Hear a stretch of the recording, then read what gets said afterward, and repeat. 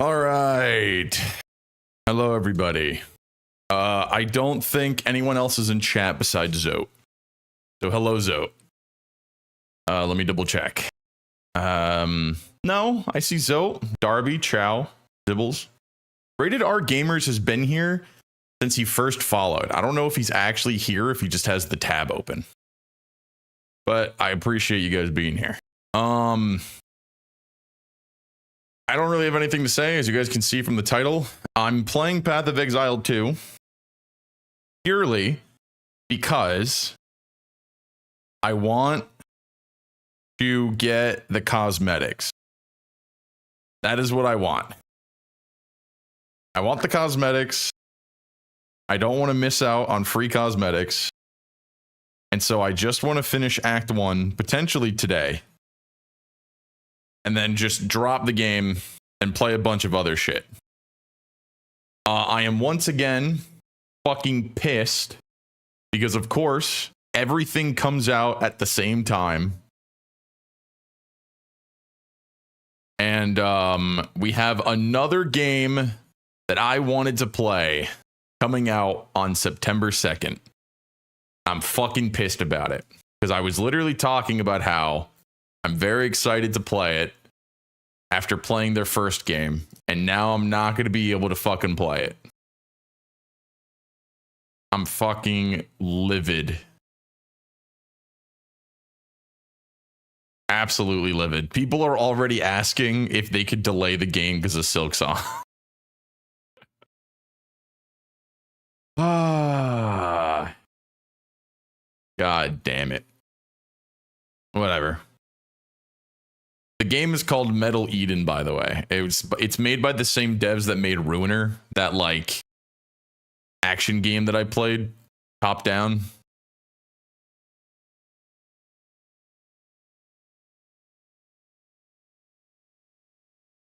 I'm absolutely fucking pissed about it because I did actually want to play that as well, but of course I can't do anything about that. So yeah, before we hop right into playing Path of Exile though, I'm gonna actually take a look at all of the Path of Exile content that we had that came out, because I actually didn't look at any of the updates. I didn't look at any of the information. I didn't look at nothing. Literally fucking nothing.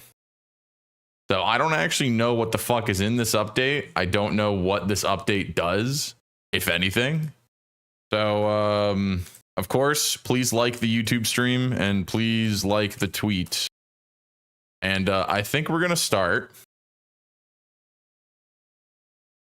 I think we're going to fucking start with the reveal trailer. The official trailer. I have a couple of tabs open here. I don't think I'll get banned for having any of this audio on stream either, because it's from the video game, so I should be good to just play that on stream. I don't have to, like, hide it. Oh, wait, I forgot. Hold on. Hold on, I forgot YouTube is cringe. If I don't open this in a private tab, it's not gonna let me fucking... YouTube's also forcing you to, like, say that you're not a robot in order to watch a fucking video. I find it really cringe. Very, very, very cringe.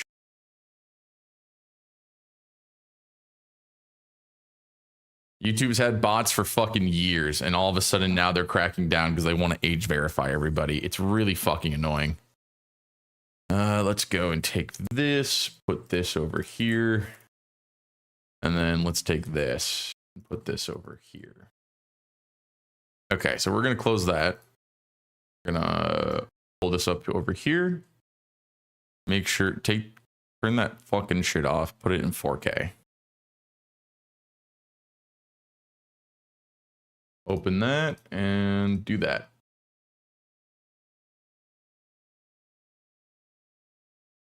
Okay, can do this. And let's make it so you guys can hear it. Let me know if it's too loud, by the way. by the way. Let's turn this off. Turn the music off. And then play this. Karui! I have called you here to save our people. To save our way. Over the ages, we have known pain like no other. But we endured. And we became mighty. Now, outsiders dishonor our shores, and we have stood by, doing nothing. Hear my voice, ancestors. Show us your strength. Show us the true way. I understand.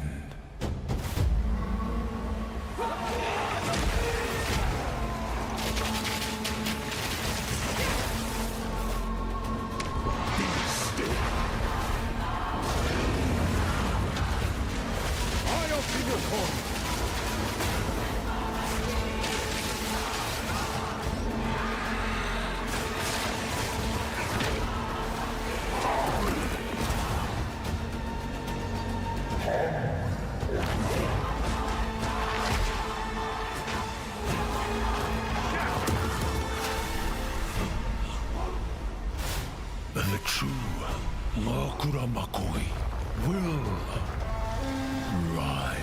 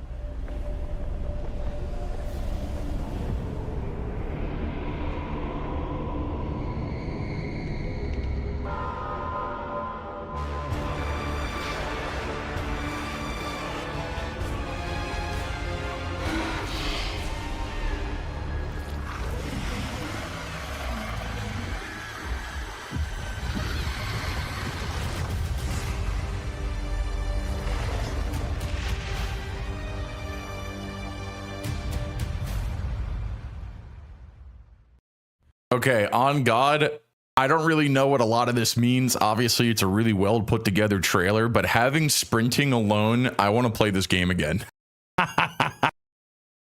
Having fucking sprinting. Oh my God, dude. Holy shit. I want to play this game again. I also don't understand what Rise of the Abyssal is. I agree with this guy. The soundtrack was very good. That was very cool. Also, automatic trade. I saw people talking about that. Yeah, I am very excited for it. Yeah, that's the trailer. Now, of course, there is an hour-long content reveal. Do we want to watch that?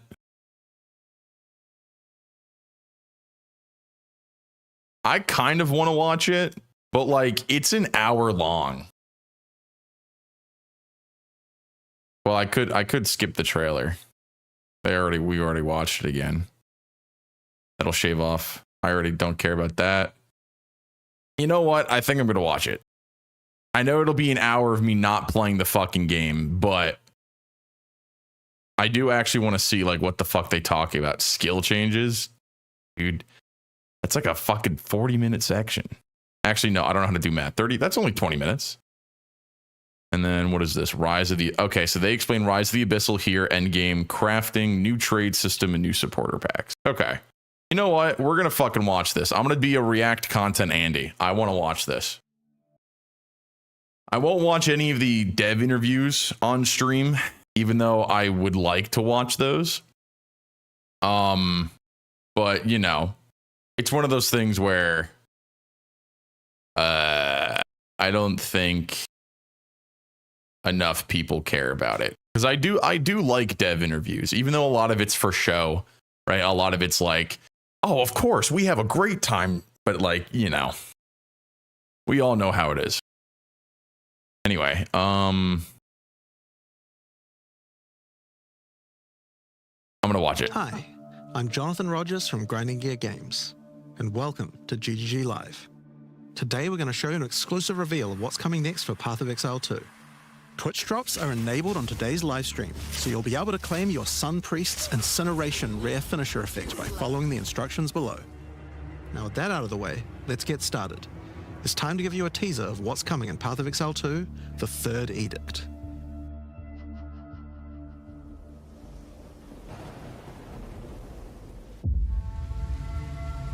Karui!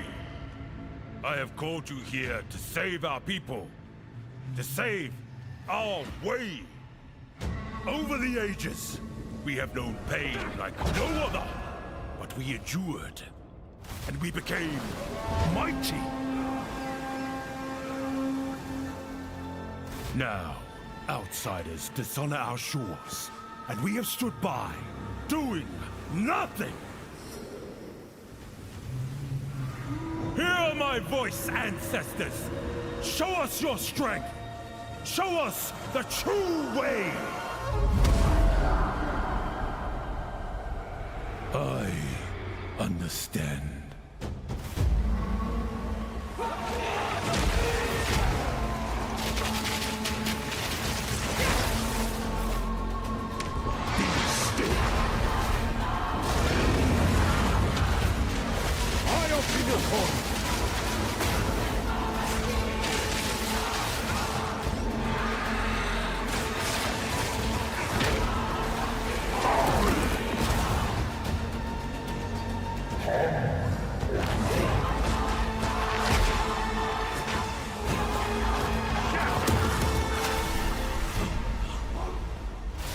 The true Makuramakoi will rise.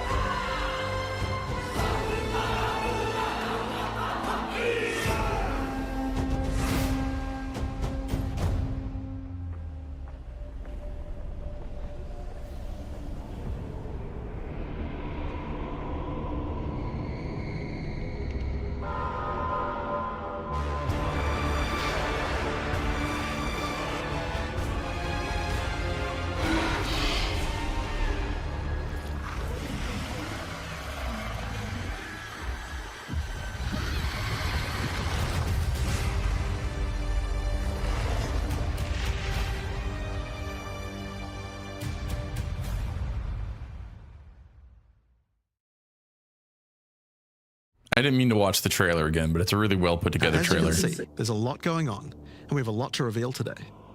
We'll start by going over Act 4, the next chapter in the Path of Exile 2 storyline. But that's not all. There's also 3 new interlude acts to get you to endgame, which means we're removing cruel difficulty too. After that, we'll be going through the massive changes to characters. I'm super excited to show you how I've overhauled the entire support gem system, added new skills, and yes, there are buffs. Next, we'll go over the Rise of the Abyssal, this season's exclusive league mechanic, and talk about the new rewards, crafting systems, areas, and bosses that it adds. After that, it's on to changes we're making to the endgame. Then it's time to talk about items, crafting, and oh yeah, trade. That's going to be a big one. We'll then go over our new supporter packs and finish up with a live Q&A session where Ziggy D will ask Path of Exile 2's game directors, myself and Mark, your questions from Twitch chat. And after that, at 4 PM Pacific, hatch notes. They're not quite complete, but they should give you some nice details to chew on. We've got a lot to cover today, but first, another announcement.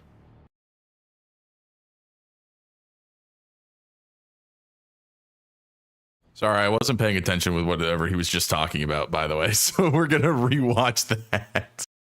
After that, we'll be going through the massive changes to characters. I'm super excited to show you how I've overhauled the entire support gem system, added new skills, and yes, there are buffs. Next, we'll go over the Rise of the Abyssal. this season's exclusive league mechanic, and talk about the new rewards, crafting systems, areas, and bosses that it adds. After that, it's on to changes we're making to the endgame. Then it's time to talk about items, crafting, and oh yeah, trade. That's going to be a big one. We'll then go over our new supporter packs and finish up with a live Q&A session where Ziggy D will ask Path of Exile 2's game directors, myself and Mark, your questions from Twitch chat. And after that, at 4 PM Pacific, patch notes. They're not quite complete, but they should give you some nice details to chew on. We've got a lot to cover today, but first, another announcement. When the third edict launches on the 29th, we'll be having a free weekend for Path of Exile 2. That's right, Path of Exile 2 will be free for the first time without requiring an early access key. The free weekend will end on September the 1st, so you'll have plenty of time to give the game a try. Alright, let's get started with Act 4. The story continues from the end of Act 3. Doryani has agreed to help you find an ancient weapon that can be used against corruption, the instrument of the Third Edict. The weapon was broken in ages past, but he believes that the pieces may be found in the Karui Archipelago, the home of the Karui tribes. You will need to journey to Kingsmarch, hire a ship, and set sail. When you open the map, you can choose to sail anywhere you like. Act 4 is completely non-linear, and you can visit the islands in any order you choose. Will you visit the pristine beaches of Whakapanu Island? The Karui whisper of a curse that afflicts all who travel there. Perhaps it's related to the weapon you seek. Or maybe you will visit the volcanic shores of the Isle of Kin. The Kin have been more restless recently, mining for sulfite and driven by some dark force. Perhaps you will choose to consult with one of the local Karui tribes. Their ancient wisdom could hold clues to finding the Third Edict. No matter where you choose to go, you will fight dangerous beasts, find fabulous treasures,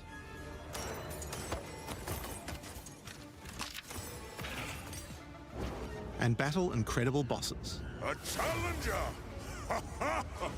Come, Yama sees your soul! There are 8 islands to discover.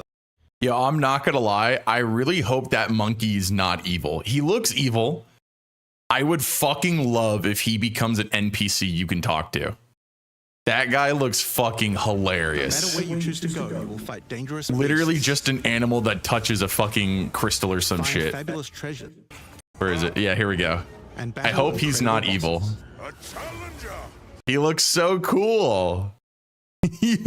I also know he's really important, by the way, because this symbol that you see around here, that's the symbol that you get on Discord for playing the game for 15 minutes. Come, Yama sees your soul! Yeah, dude, Yama the White. I need this guy to be an NPC and not evil. Please. There are 8 I islands need him to discover, come back. each teeming with its own flora and fauna. Act 4 contains over 100 new monster types, 16 new areas, 12 new bosses, and plenty of other interesting encounters. There's a huge amount to show, but we're not going to spoil too much here. We want to give you a chance to discover it all for I hope I don't yourself. get demonetized for that. What even though happens I'm not after Act monetized. 4? Well, until now you had to repeat the entire campaign again before you could face the endgame. But after adding Act 4, the game is far too long to make you do that. We needed something else to do in between the end of Act 4 and the endgame. So what else could we do? Add 3 new mini-acts, of course, and we're calling them the Interludes. The Interludes are a set of 3 temporary side stories that will be included in the game until Act 5 is released, that will take you to level 65 where the endgame can begin. The first interlude sends you on a journey back to Ogham. Renly has been leading the efforts to rebuild Ogham village after the defeat of Count Geonor, but there's a new danger afoot. The nearby town of Holton is surrounded by an impenetrable darkness, and each night their corrupted townfolk emerge to raid the local farmlands. You'll discover new areas and new bosses. You'll need to find your way through the darkness, uncover the source of corruption, Soon you will serve our master. and defeat it. Yes, I shall dance with their corpse. And that's just the first interlude. The second interlude will have you return to the Vasteri Desert, where Asala has been given a sacred duty. When the skies align, the gifting of water requires a chosen Sekima to meet with the Selkari, guardians of the sacred water, but they're nowhere to be found. You will need to track down the Selkari, find those responsible for disrupting the gifting, fight even more new bosses, discover the secrets of the ancient ritual, discover new locations, and ultimately help Asala carry out her sacred duty. I know that. Okay, so like I can understand what they're doing with these interludes. I will say though, I hope this stuff is included in the game when it hits 1.0. I really like the idea of a game being like, hey, you completed the main story. Time to go back and like help them again, because it allows them to. I hate FOMO content. I mean, yeah, that too, but that's not what I'm talking about. I'm talking about the fact that I really like when games are like, hey, you saved this village. They now have to rebuild. And then you go back and they're actually trying to rebuild and they're like, hey, we know you saved us already, but like, we need your help again. Because I would rather devs like, I would rather devs reuse content if it means I can see literal progression. Does that make sense? I don't really know how to describe that. Like, for example, in Witcher 3, right? You know how like you go... Yeah, exactly. Not like they're fighting the same fucking thing 10 years later. Yeah, like Destiny 2, we're not going to have a big discussion on Destiny 2, but Destiny 2 had a really big problem where like they never knew when you were going to engage with certain content. And so you would go to a planet that would have like a scourge. You would defeat the scourge at the end of the story, but then the planet is still plagued by the scourge because they're like open zones. So you're just constantly fighting the same enemies. Because it's like, well, that's what you fight in the story, so they're just always going to be there. And it's like, dude, I'm pretty sure at a certain point these guys are going to fucking leave. I don't know why they haven't left yet. This is kind of ridiculous. WoW actually included lore books called Exploring Azeroth, and they actively explain how everything is still the same. Damn. They basically copy pasted the wikis, of course. But yeah, I hope this stuff stays in the game. I know they said that it's gonna be removed once Act 5 gets added to the game, but I really don't want them to remove them. I really like being able to like go back to past areas and then having them progress and being like, hey, we need to do this thing now, and then having that progress. Like, I really want that. I really want that. I really like this. I really like this. Even if it wasn't Path of Exile 2. Like, this is stuff that more games need to do, right? Also, on the Witcher 3 note, all I was going to say is that, like, when you give that village access to clean water, I wish you could see them, like, I know you saved that one little girl, but I wish more things happened because of that, right? Now for Interlude 3. As Royal Thaumaturge of the Vaal, Doyani had plans within plans to save his people from the cataclysm perpetuated by Atzeri's lust for power. One such plan involved sealing a group of willing Vaal deep in a great mountain vault near the home of the Asmeri, deep enough to survive the cataclysm. Even though thousands of years have passed, he believes that their descendants may still live, and may be key to defeating the beast. The journey up the mountain will be dangerous. New foes stand in your way. And the further up the mountain you venture, the colder it will become. Explore caves of ice and enter the vault itself. Who can say what you will find within? The interludes are 6 to 7 areas each and generally include 4 boss fights as well. When you put that together with Act 4, that adds up to 35 new areas in the campaign and 24 new bosses. It's worth making clear that the interludes are temporary. When Act 5 and 6 are added, the interludes will be going away. These are side stories after all, but don't worry, the bosses and areas that make up the interlude are all... No, I'm actually sad about that. They're literally... I want to make a comment and I want to be like, I mean, it doesn't really matter, but like, I want them to keep it in the game, dude. That sounds fucking cool. That really sounds fucking cool. I really like the side story stuff. I don't want it to go away. Fuck, man. That makes me sad. Part of the endgame. We're not just going to throw them away. And with that, we don't need cruel difficulty anymore. We do know that it was a pretty big chore to have to play through the campaign multiple times on each character, and this was a huge reason that the campaign could feel like a bit of a slog when playing through again. But we do also have another new feature to address that particular concern as well. So let's talk about sprinting. Yeah, sprinting! In 030, when you hold down the dodge roll button, your character will go into a sprint after they finish the roll. This is available on all character classes, and there's no limitation on how long you can sprint for. The primary purpose of this feature is to make navigating areas faster when out of combat. Because of that, if you do take a hit while sprinting, you'll fall to the ground. The best idea is to use a skill when you see monsters. That'll break you out of the sprint so you can engage with no danger. If you do need to run away from monsters, just hold spacebar. You won't be vulnerable during the roll, and you're faster while sprinting than basically any monster in the game, allowing you to retreat from combat. Okay, I'm excited about sprinting, but I'm a little confused as to why they would add sprinting when they added a whole mount.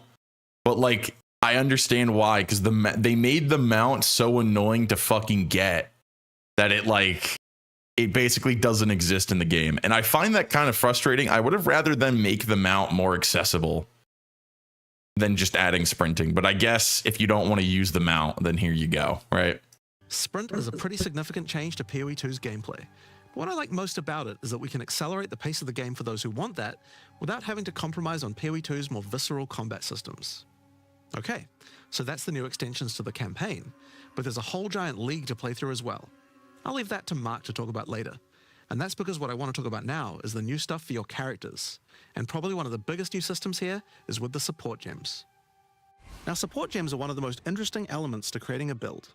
They're what enables so many interesting mechanics and different ways to play. But PoE 2's support gem system has just never been quite right. One of the major issues is the limitation of only having one support gem of each type on your character. We didn't want builds to just become using the same 5 most powerful supports in every skill. The problem with this design, though, is that issues is the limit PoE 2's a build. They're what enables so many interesting mechanics and different ways to play.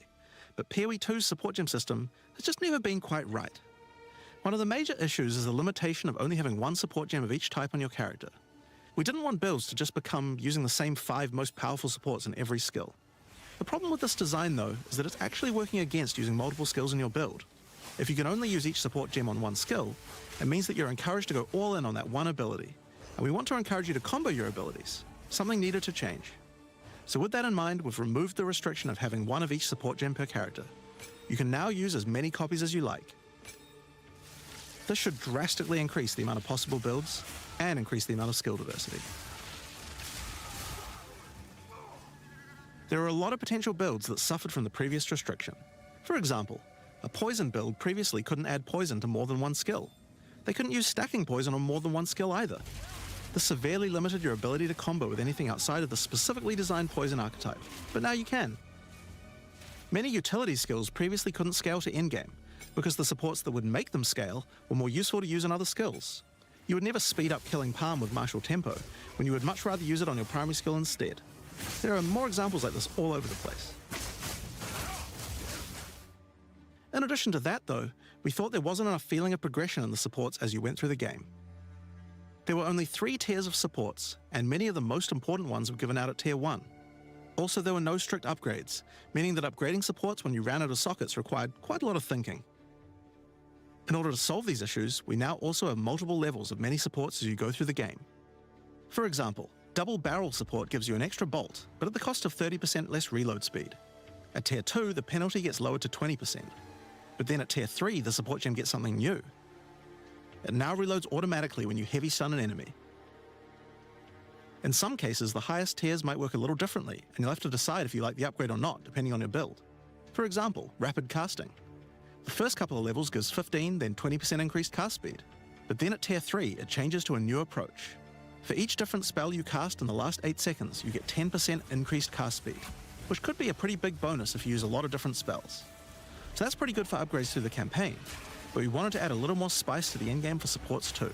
And that's where our new system, lineage supports, comes in. You can think of these like unique items, but for supports. There are supports that are only available at endgame, but they're much more powerful. Like Ratha's Assault. It's an upgraded version of Double Barrel that reloads your skill as you dodge roll, as well as increasing the number of bolts it can hold. But it does mean that it's the only way you can reload the skill now. Now, unlike regular supports, you can't find these through the uncut support gem. Just like unique items, many of these can be found from specific bosses. And there's a ton in the regular drop pool too. Some of them are fairly rare, others fairly common.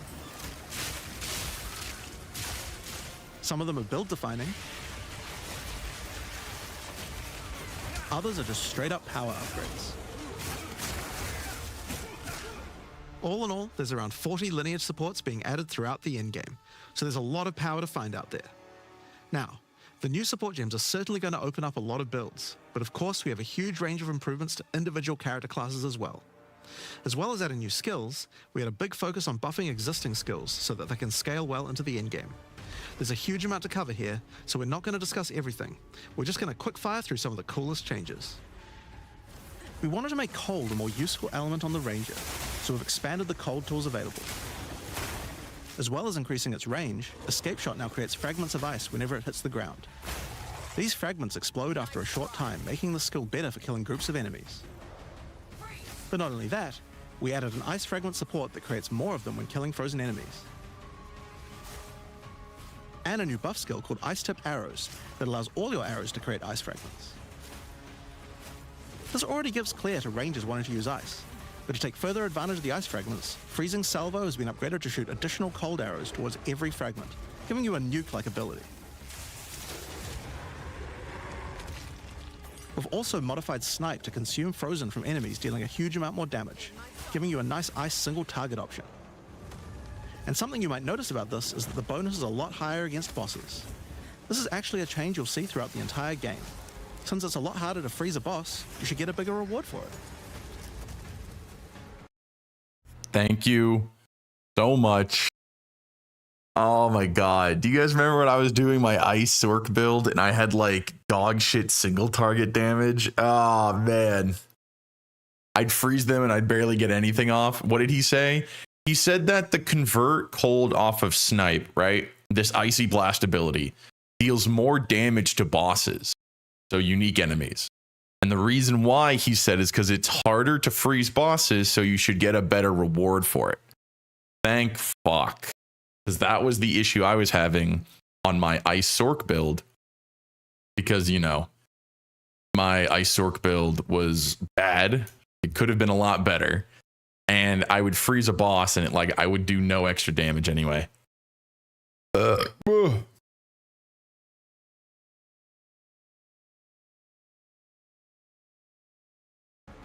Another theme you'll see throughout the game is making movement feel better. Toxic Growth is a skill that was pretty cool, but a bit annoying to use with the jump that it had. They nerfed Shield Warrior? Damn, really? RIP. Now Toxic Growth is a range skill, so you can spam it more easily. And we've also added a new poison skill while we were at it, called Toxic Domain. It creates a small area around you that makes all your attacks create toxic growth pustules, but attached to monsters. Another skill that was annoying to use was Electrocuting Arrow.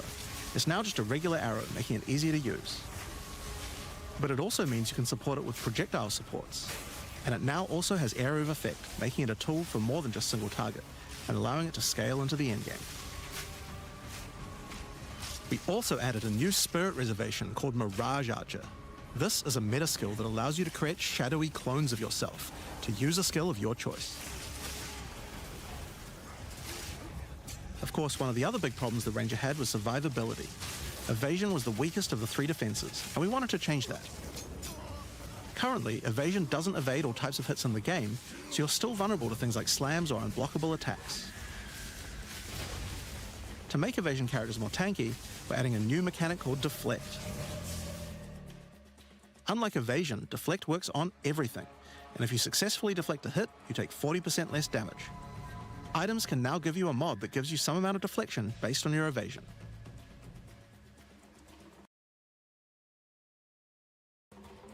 and there's a bunch of it available on the passive tree too. Okay, I was about to say, if they added deflect and it has nothing to do with evasion rating, it's just another thing you have to stack into, I'm gonna be fucking mad because that doesn't actually fix the problem. But okay, it's based off of your evasion rating. Okay.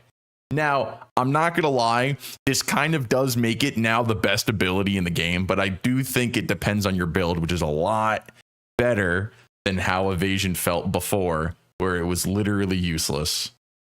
Deflection is rolled in addition to evasion, so this is an upgrade for regular hits too. And unlike evasion, there's no maximum chance. You can reach 100% deflect against all hits if you spec into it enough. Of course, this is a buff that helps all Dex characters, so the Mercenary and the Monk, but especially the Huntress, are seeing big defense boosts from this as well. Speaking of defensive mechanics, let's talk about block and parry. Now, one of the big concerns on the release of the Huntress was parry feeling unreliable. One of the big reasons for this is there's a lot of hits that are not blockable, and thus not parryable either.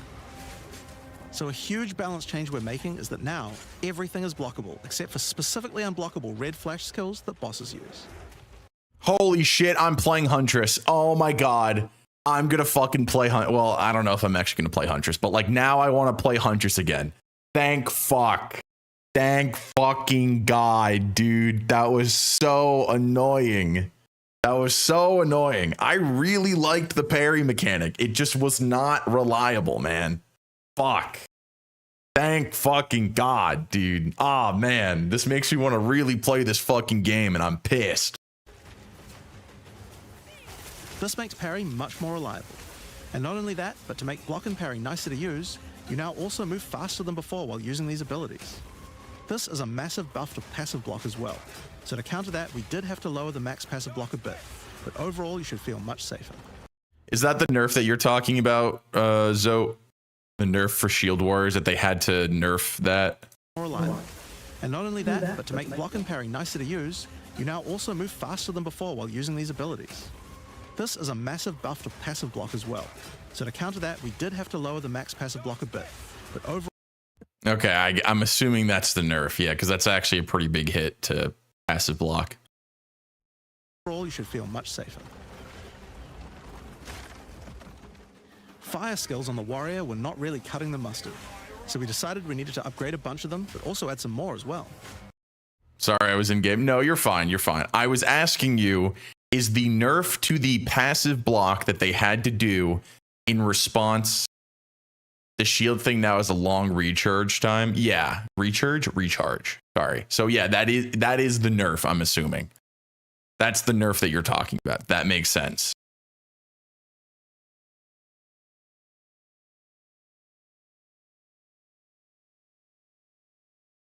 Other shit I forgot? Well, we're going to look over the patch notes as well, so don't worry. Let's start with a buff. Volcanic fish are now branches into multiple fishes, giving it much more clearing potential. We've also added a new skill called Forge Hammer. This skill throws a molten hammer that does a slam at a distance.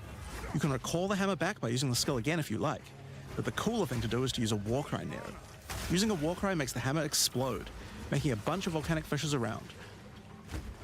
Volcanic fishes re-trigger when you slam them, so it's a great skill to make a flaming arena to fight a boss. That's fucking sick. Strike to have a much larger area of effect, and changed Molten Blast to not always force you to move forward. Trust me, it feels a lot better to use now. The skill now has massively boosted chance to ignite monsters as well. And you're going to want to ignite monsters due to a new glory skill called Ancestral Cry. Ancestral Cry charges up with glory by igniting monsters, invoking King Kaum's favor. After you do, use it to channel Kaum's ancestral power. Every attack will be ancestrally boosted with fire. Your very steps will explode, triggering volcanic fishes, and molten balls will erupt from your attacks. Dude, this looks fucking absurd. That looks fucking awesome. Warrior shield skills were another area we wanted to improve. Now that we've got sprint, we actually don't need to have a cooldown on shield charge anymore. It now also does more damage the further away you are when you use it. Shield wall got significantly upgraded AoE. Also, you can shield charge. Yeah, dude, they added sprint to the game. There's no fucking cooldown on shield charge anymore. I really want to play the game, dude, and it makes me so mad because we got Sonic Crossworlds, we got fucking Silksong. I'm not playing Pac-Man, but like Pac-Man's coming out. The Marvel Tokon beta, even though I'm not doing that either. We got a fucking update to Monster Hunter Wilds at the end of September. God damn it, dude. Pac-Man is elite. Yeah, but like if I have to choose between Silksong and Pac-Man, I'm playing Silksong. I'm not like saying the game is bad or anything. I'm just not going to play it.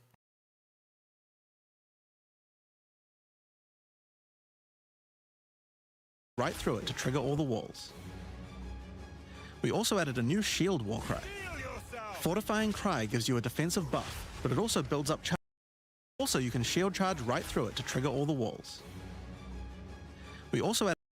Dude, I don't even know if I'm going to have money to buy Silksong. I can't even play Pac-Man. I don't have a job.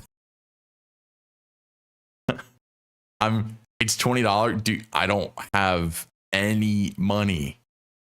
Silksong is also $20. Emulate Pac-Man? I mean, yeah. The original? You mean like the arcade machine game? I've played that. That's what I meant? Oh. Okay. Pac-Man World 2 on GameCube. I mean, yeah, maybe. I gotta play fucking Silksong first though. Hold on, I'm gonna keep watching this. Hold on. Added a new shield war cry. Fortifying Cry gives you a defensive buff, but it also builds up charge on your shield that empowers your other shield skills. And Magma Barrier now doesn't require timing in order to use. Just wait for your shield to charge up and block. Seismic Cry now stuns enemies that are primed for stun. And we changed the Sunder interaction with Armor Break. It now also gives a Sundered Armor debuff that makes enemies take 40% extra physical damage. Yo, that Sunder now actually fucking providing armor debuff is really cool. Okay, so like completable in one session, is that 100% or is that just playing through the game? Because I mean, I guess it doesn't matter. I won't 100% it if I'm emulating it, but still. Great for bosses. Ancestral Warrior Totem has undergone some pretty significant changes too. We wanted the skill to feel more like using an ultimate. That summoning an ancestor to fight for you was a big deal. So we've changed this totem to require 3 endurance charge to summon, and massively buffed its damage. It also now scales your weapon damage too. Since there's no limit anymore, if you build around generating endurance charges, you can summon an entire forest of totems. In order to make that easier, we added some new sources of endurance charges. With supported skills when perfectly timed, 30% chance of gaining endurance charge when heavily stunning a non-unique enemy with supported skills. 100%ing it is absolute giga cancer. Okay, why? I would like to be explained why that's bad. There's now a support to make perfect strike generate charges, and a support for generating endurance charges from heavy stuns as well. Speaking of totems, we wanted to upgrade the Warbringer. Among the other changes we've made to this class, Answered Call now gives an extra totem, and the spirits have just been generally buffed in many ways. Use it with your limitless ancestral warrior forest to make an army of Karui that would make Tukohama proud. We've also merged the Great Wolf Howl and Warcaller's Bellow support, so that you can get all the benefits with 1 point. And Encased in Jade no longer removes the Jade when getting hit, making it a much better defense. Next up, let's talk about accuracy. Accuracy was always intended to be something that warriors didn't need to care about very much so long as they're in close combat. But unfortunately, that's not currently the case. This was particularly annoying with skills like Bone Shatter, which you certainly don't want to mess with. So we significantly buffed your chance to hit at close ranges when you don't have much accuracy. Warriors shouldn't require any accuracy investment in order to hit with close range attacks now. We also wanted to improve armor. Now, one of the major weaknesses of armor is the inability to defend against elemental damage. In order to mitigate this, we're adding a lot more of the stat that allows your armor to defend against elemental damage. Oh, okay, that's really good. Hell yeah. So you collect fruits and levels. A lot of them are very hard to grab, easily missable fruits that will require another run through the level that's already taken 5+ minutes. Okay, so like You'd have to just keep running the level to make sure that you grab the fruit. Got it. Got it. Yeah, that kind of sounds like ass. It's now available on items and in a lot more places on the passive tree. One of the most important improvements we've made in 030 is to declunk the action and flow of shooting crossbows.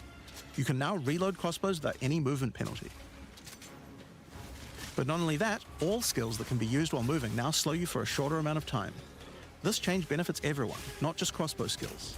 With both of these changes put together, the run and gun playstyle feels much better. It's hard to explain how important this change is for the feel of the class. The Mercenary is also a good chance to talk about how we're rebalancing to make comboing skills much better. Take Shock, for example. It buffs damage and lasts 4 seconds right now, but that isn't really giving you enough time to take advantage of it. If you're going to add a lightning skill into a build that otherwise wouldn't use one, we need to make mechanics like this much better. So we've increased shock duration on monsters to last 8 seconds. And skills like Plasma Blast, which are intended to be good at shocking enemies, now increase the damage bonus by a lot more.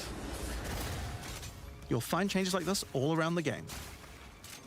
Chill now lasts 8 seconds, giving you more of a reason to weave in cold damage. Freezing skills are better at freezing. Burning skills need to cause burns that last longer. But making skills like Permafrost Bolts and Incendiary Shot double down on how they're supposed to be used, it makes using them in your build alongside other skills much more likely.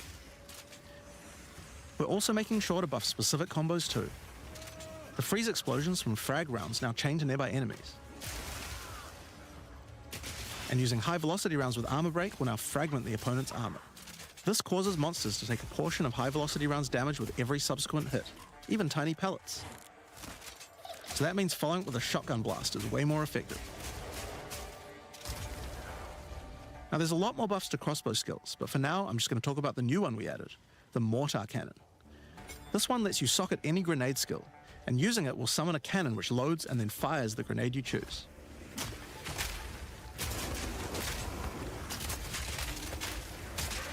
Another issue on the Mercenary were banners. Wait, that sounds fucking sick. So you can get a summon that uses a skill for you.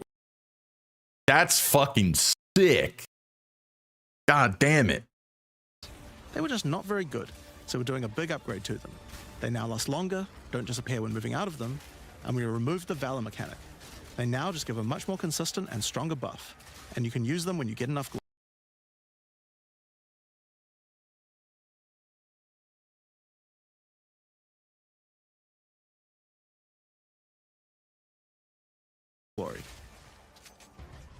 On which, one of the main focuses was making various minion types more useful to use together. Melee minions in particular were just not that great compared to ranged ones. As a starting point, we just straight up removed the requirement for minions to have accuracy. Attack minions now always hit, which makes them way better. Brutes got some good numeric buffs, but we also added a new command skill where they do a war cry that intimidates enemies and detonates any frozen monsters and allies around you in a big cold explosion. We've also changed the Frost Mage's command skill to an ability that adds ice armor to your other minions, adding a layer of defense. And it makes them deal cold damage back to the attacker as well. The ice armor also makes the minion count as frozen, so the Brute's Warcry can detonate them too. Unearth was changed to work on corpses of your dead skeletons, allowing you to summon the minions more easily in boss fights. And they also got a new jump ability, allowing them to get into combat faster. Ray's Spectre was also feeling pretty weak for the Spirit in boss fights. And they also got a new jump ability, allowing them to get into combat faster. Is it me or does he say they got a new jump ability and then they don't do it? Hold on. A new jump ability, allowing them to get into combat faster. Never mind, I saw it. It's the little guys. Ray's Spectre was also feeling pretty weak for the spirit cost they have. To be honest, we were a little afraid of these when we first balanced them. We've both decreased the spirit cost for a large range of monsters and have significantly increased Spectre damage too. They should feel a lot more impactful. There's also a lot of new spellcaster weapons with newer cult skills, but I'll just talk about one of them that I thought was particularly cool. The Reaping Staff is actually a wicked scythe that gives you a new ability called Reap. What? What's up, Zoe? Guess what other game is coming out in September? I'm gonna fucking kill myself. I saw the thing in Discord. I swear to God. I'm just messing with you. What other game were you even trying to fucking recommend? Also, what the fuck is Drobby talking about, by the way? He replied to Runewave's thing about a new game coming out, and then he's like, I don't get what the issue is. I don't know what the fuck he's talking about. I have another game that's coming out in September. What? Oh yeah, I forgot fucking Grime 2 is coming out.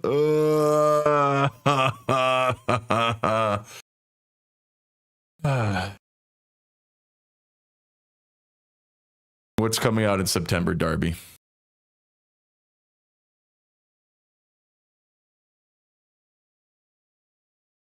When an enemy is low in life. Wait, I wanted to read this. Could be December. I mean, yeah, hopefully. Conjure a blood sight that suits cross target, dealing physical damage to enemies and applying critical weakness. Ooh, I like this. I think that's cool. You can dash forward and rake enemies with the scythe to cull them instantly, healing you. It can also inflict critical weakness on enemies too. Now, there's a lot of balance changes in the Witcher's Ascendancy classes, but I'll just talk about 2 of them for now. On the Blood Mage... Yeah, but I want to play Grime 1. It's a game called Sworn. It's going into 1.0. Can you fucking link that? You were previously required to spend your first points on Sanguimancy, which really was supposed to be the downside for being able to access the powerful abilities on the rest of the class. In order to make picking the Blood Mage a better early option, we made Sanguimancy free, unlocking the power of the rest of the class immediately. On the Infernalist, the Demon form wasn't something people were really using because you lost your weapon stats while transformed.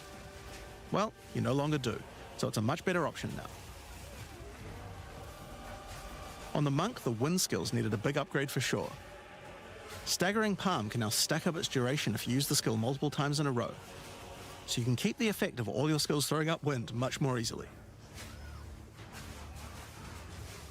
Wind Blast had the purpose of building up to dazing an Hades, but Arthurian mythology, and it's co-op. Here, wait, let's take a look at this. Let's interrupt what we were doing. Take a look at this. Also, who the fuck still plays NBA 2K?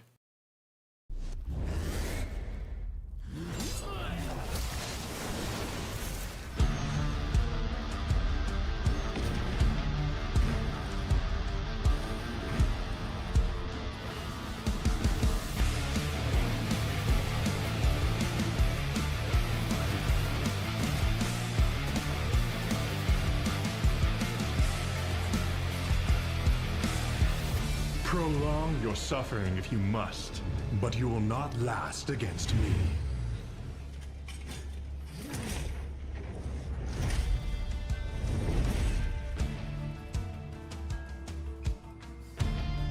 Oh shit. Okay. Okay. I can definitely see the parallels. Hold on. Peggy 16.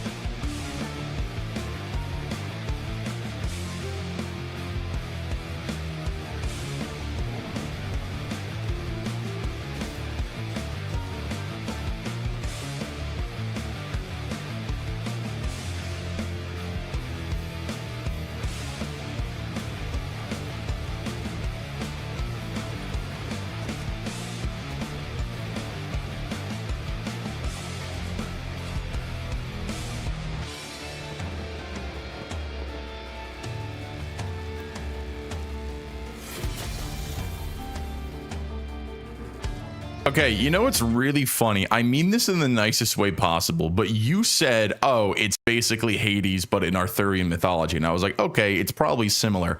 No, this is literally Hades, but in Arthurian mythology. It is literally almost like the exact same when it looks in terms of combat, art style, music direction. They even have like I don't want to just call everything animated anime, but they have like the anime style animation trailer. This looks fucking sick. Hello, Runewave. Runewave, are we going to get you playing Sonic today? Well, yeah, are we going to get you to play Sonic finally?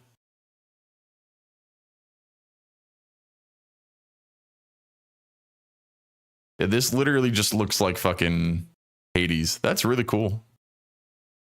So you said it's coming out. Oh yeah, play free until September 1st. Yep, it's a free weekend. And that adds to the fun. Yeah, that's true.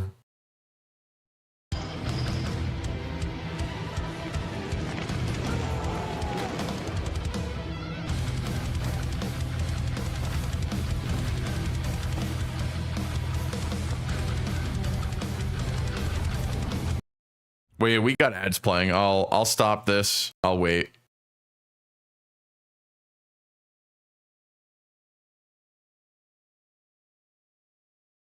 So far though, I'm installing the game. Bet. Greenwave, I'm gonna be playing Path of Exile 2 first. I'm gonna start with Path of Exile. And then we're gonna move over and play Sonic later tonight, because there's an event later tonight that starts, I think, at like 12 o'clock at night or something like that.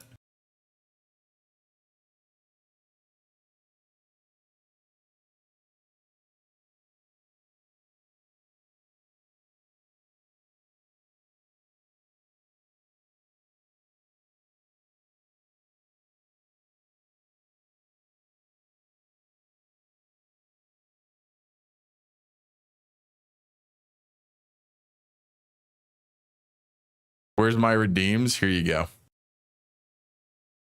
You're the first person to ask today.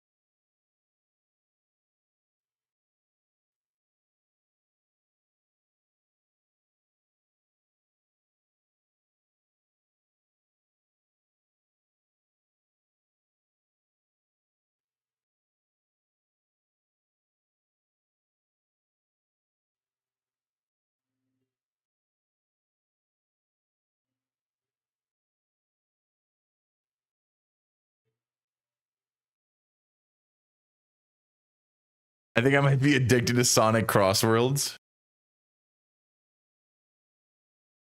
We're doing the Augur thing where he says he's going to play a game, but instead we'll read the patch notes for 2.5 hours. Dude, what the fuck do you mean? I literally said I'm going to do this first because I haven't looked at any of the content. Also, yeah, there's a free weekend for this game. $25! Damn, dude.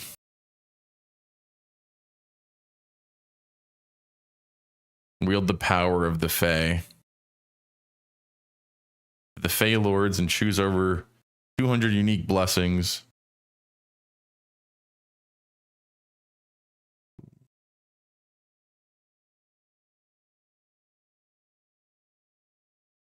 Damn, they raised the price since I got it. Damn. I'm worthy. Yeah, that game looks cool. Anyway, ads are done. Back to watching the update post for this game. Enemy, but dazing just wasn't worth all that effort. Now it just dazes on hit, meaning a single wind blast will make all your skills stun enemies more easily. Following up with vaulting impact on a dazed enemy previously did a bunch of stun. Now it allows you to break your enemy's stance. When their stance is broken, following up with a fast attack will do way more damage. A cool build that certain people always enjoyed in PoE 1 was hand-to-hand combat. but until now we just didn't have a real way to make it viable. Well, that changes now. The monk, as a true martial artist, now has the ability to learn the hollow palm. Yo, wait, you can just beat the shit. Yo. Oh, that's awesome. Finally, hand-to-hand combat. What do you mean waiting for content, dude? This is... We're finally fucking... Shut up, bitch. I want to punch motherfuckers. Technique. A keystone that lets you use all quarterstaff skills while unarmed. All quarterstaff attacks now have a special unarmed version, and you get further bonuses to all your attacks from stacking energy shield and evasion on your character.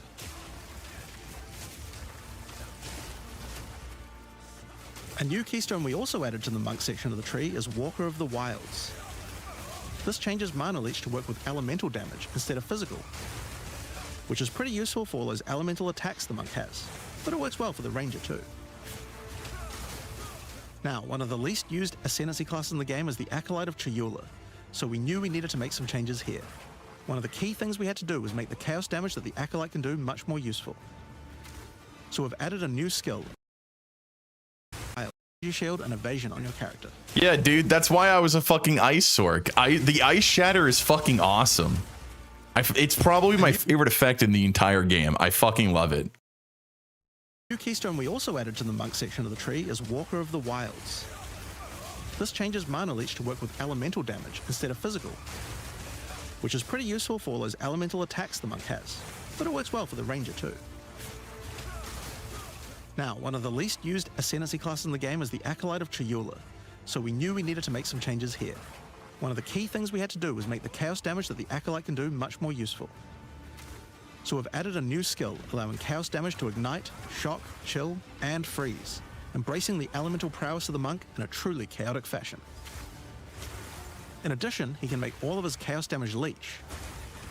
And we've buffed Into the Breach and Embrace the Darkness by moving the effects of the 4-point nodes into the base skills. He also gains a new notable, Grasp of the Void, which leaves void illusions behind you as you dodge roll. If they're killed, they do massive explosions of darkness, dealing damage to everything in sight. Now let's talk about sorceress skills. One of the things we wanted to improve on the Sork is the ability to use multiple elements together more effectively. I'm gonna fucking cream my jorts, dude. Finally! Fucking finally, dude. God, I was so fucking... I want you to make me a Krabby Patty! Alright, gotta pick another one on baby. What? He needs some more. Al Sharpton, what the fuck is going on with you, man? You must be ready to attend this barbecue, my bro. Yo, barbecue, first off you need to stop marching and start gaining weight. Somebody get this man some meat and potatoes. I'm finna drive to Walgreens right now and get you a get well soon card cause you look sick as shit. Diabetic Thundercat looking ass. Motivated crackhead looking ass. Aspired dope fade looking ass.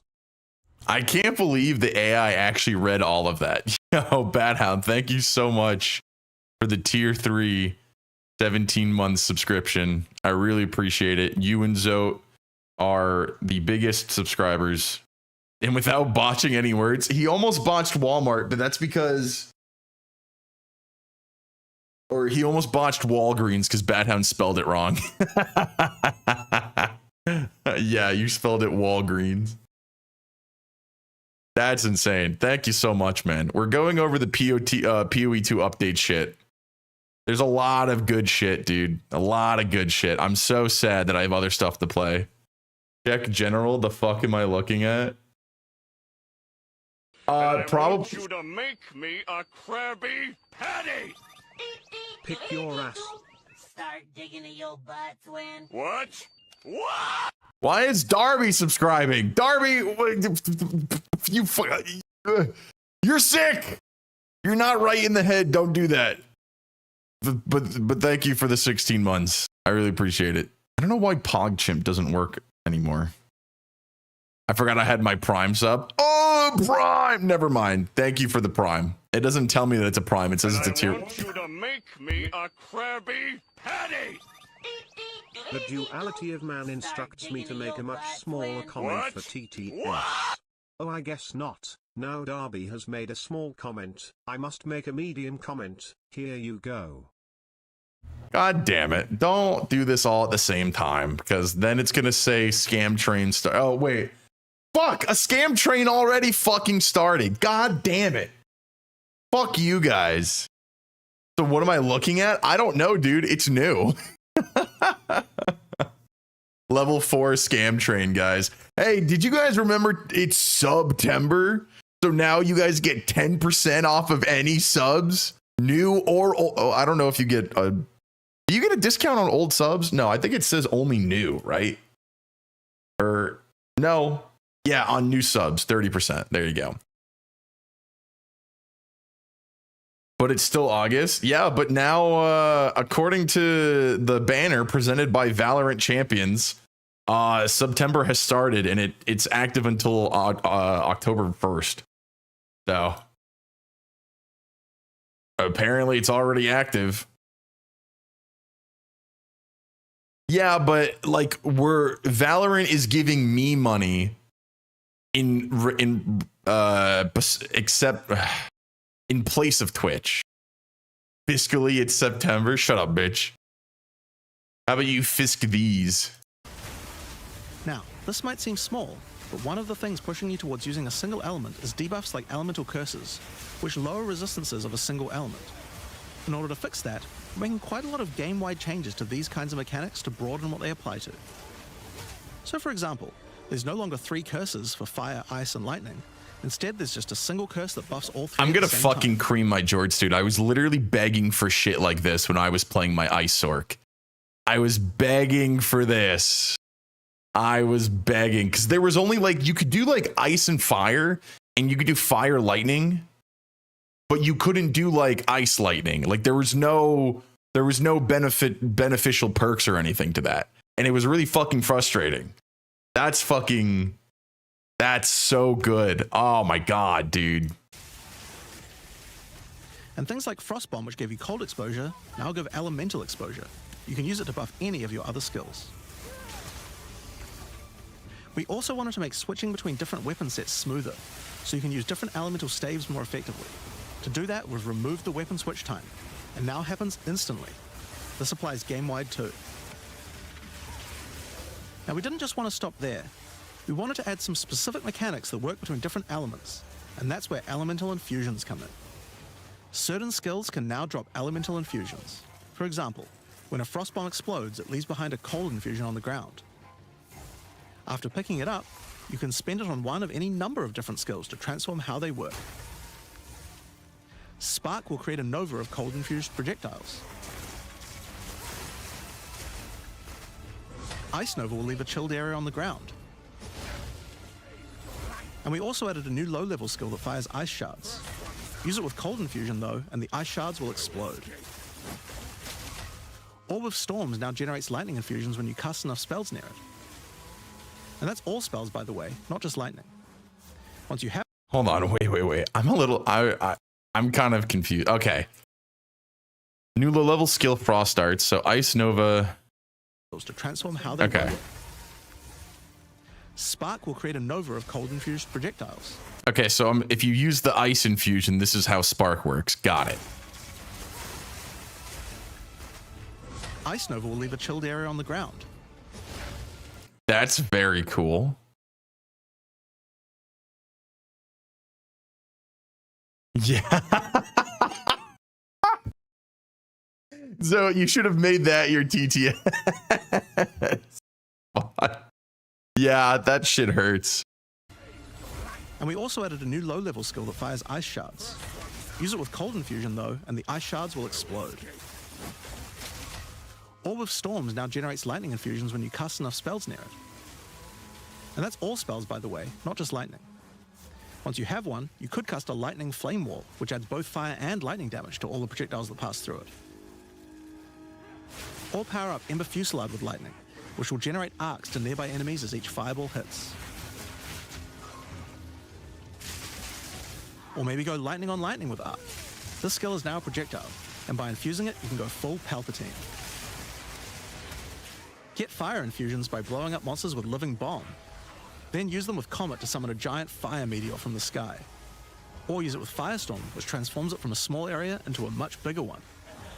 Firestorm is unique in that it can be infused by multiple different elements at the same time. Add an ice infusion to rain down ice at the same time as the fire. And add lightning to add deadly strikes from the heavens into the mix. Or use it with all three to generate a storm that is truly apocalyptic. Cold Snap has been simply turned into Snap. Previously you could use it to shatter ice, but now it works to detonate all of the different elemental ailments, and makes them leave behind infusions.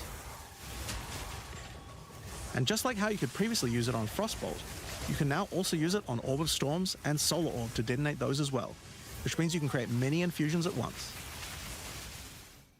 We also have a Spirit Reservation skill, and a support gem to help generate them too. That scam train putting BS in my message. Yeah, I mean, you're allowed to just not type it, but when you guys create a scam train, you guys get special emotes added to your account. That's why. That's why you guys were able to get special emotes. It's an ugly ass emote too. Ew. What the fuck? Yeah, if you guys continued the scam train, you would have gotten better emotes. On the passive tree. Wait, hold on. Remnants created by supported skills can be collected from 70% further away. On a cold, on a freezing target. Fire on an igniting target. Okay. Harmonic. Do you like your, what do you think I should call that, Runewave? I called it dead just every time I die. Like, imagine I'm playing like Night Rain and I die, you guys just spam that emote. The emote is contiguous. Yeah. It's perfect. Gem to help generate them too. On the passive tree, we've added quite a few new keystones to the Sorceress section. Here are a couple of examples. The Black Flame Covenant keystone converts your fire spells to chaos and causes your ignites to deal chaos damage. Your fire spells and ignites will also turn purple. Wait. Okay. I know this is really stupid, but them turning purple to show that they're chaos is really, really cool. Some of them are not purple though. Your fire spells and ignites will also turn purple. Oh wait, this is not him casting that, that's why. That's not him doing it. The Ritual Cadence keystone causes your invocation skills to trigger more times. It makes them trigger periodically over a longer duration instead of one. Great for those auto-bomber builds. Now, in addition to skill changes, we've added a lot more options for the passive tree for each class. Overall, there are more than 100 new notables on the tree, usually around... Yo, wait, Runewave. Remember how you were saying that you would potentially want to try Path of Exile 2? They have a free weekend going on right now. And if you play the game on the free weekend, I did confirm this on my other monitor. If you ever buy the game, your character stays. Bruh, yeah, everything's having a fucking free weekend. If a spellcaster gets Avatar of Fire, it should transform all abilities to look red. True. 20 per class, along with smaller clusters as well. Check out the old version. And here's the new version. Oh my It's a lot god. more dense, and there's more interesting nodes than before. Holy shit. Now, we probably can't go through too many of these in the live stream, so I'll just show you one from each class's area of the tree. We tried to be a lot more thematic with the new nodes. So for example, the Molten One's Gift. It lets the benefit of Armor Break apply to your fire damage. Or how about Last Stand, which gives you lots of stats as your situation becomes more and more desperate. It's not a random echo. Sometimes the audio of the video plays through my microphone, and my microphone's volume is louder than the video plays on stream. So you hear it louder through the mic, even though it's delayed. That's why I'm muting my microphone, but sometimes when I talk, it comes through still. A lot of these have themes aligning with ascendancy classes. Like for the Gemling Legionnaire, for example. You have crystallized immunities, which makes you immune to different status ailments, depending on which support gem color you have socketed the most. Another ascendancy class aligned notable is Sanguimatic Rituals. It allows arcane surges to generate life instead of mana, unlocking that support gem to be used with the Blood Mage Ascendancy. In the Sork area, you'll find these Archon nodes that allow you to convert all of your elemental damage to a specific element. You become a Lightning Archon when you spend enough mana, after which all your skills will be converted to lightning, and you will do extra lightning damage as well. We have ones for cold and fire too, with different triggers. Here's another cool one. Elemental Practitioner gives crit bonuses if you've triggered a skill recently, while also making crits generate more energy for triggers. Or maybe you'd like the Great Boar. It gives you a reason to stack dexterity to make you tougher, giving a bonus to life and stun threshold. Or the Cunning Fox. It straight up gives you 5% quality to all your gems. Now, another major change is attribute requirements. We felt like players probably had a few too many nodes and attributes and not enough in interesting passives, so we lowered attribute requirements by 25% across the board.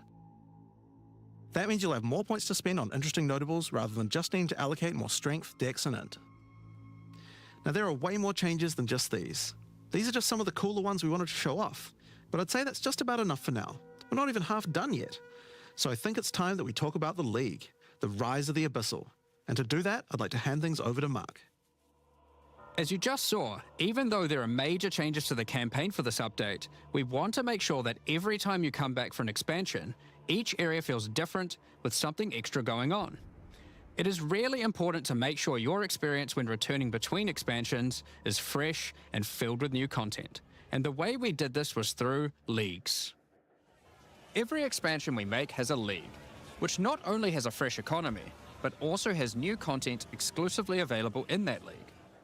So, let's delve into the details of what Path of Exile 2's first official league is bringing to the table. The Abyssal are a race that have mastery of forbidden magics and necromancy. They were thought to be extinct, but have merely been biding their time underground. You first encounter signs of the Abyssal in Clairfell, where you discover that during the night, weaker members of the Undead Legion have been attacking the encampment. The townsfolk require your help to investigate where the monsters are coming from and put a stop to their attacks. Out there, ancient creatures, lurking beneath the surface. As you proceed through Rayclast, you'll find fissures in the earth connected to larger pits. The monsters normally inhabiting the area are being affected by it, harmed by it even, having their souls eaten to strengthen the Abyssal underground. As you defeat the monsters, the fissure closes and Abyssal emerge, angered by you killing their food. Once all those fissures have been sealed, the pit activates, and more Abyssal pour out. This is where the larger and more dangerous monsters reveal themselves, as hordes of Abyssal spew out from the pit to take your soul. If you kill a magic pack, then magic Abyssal arise. If you kill a rare, then a rare monster will emerge from the pit, having absorbed some or all of its modifiers for itself.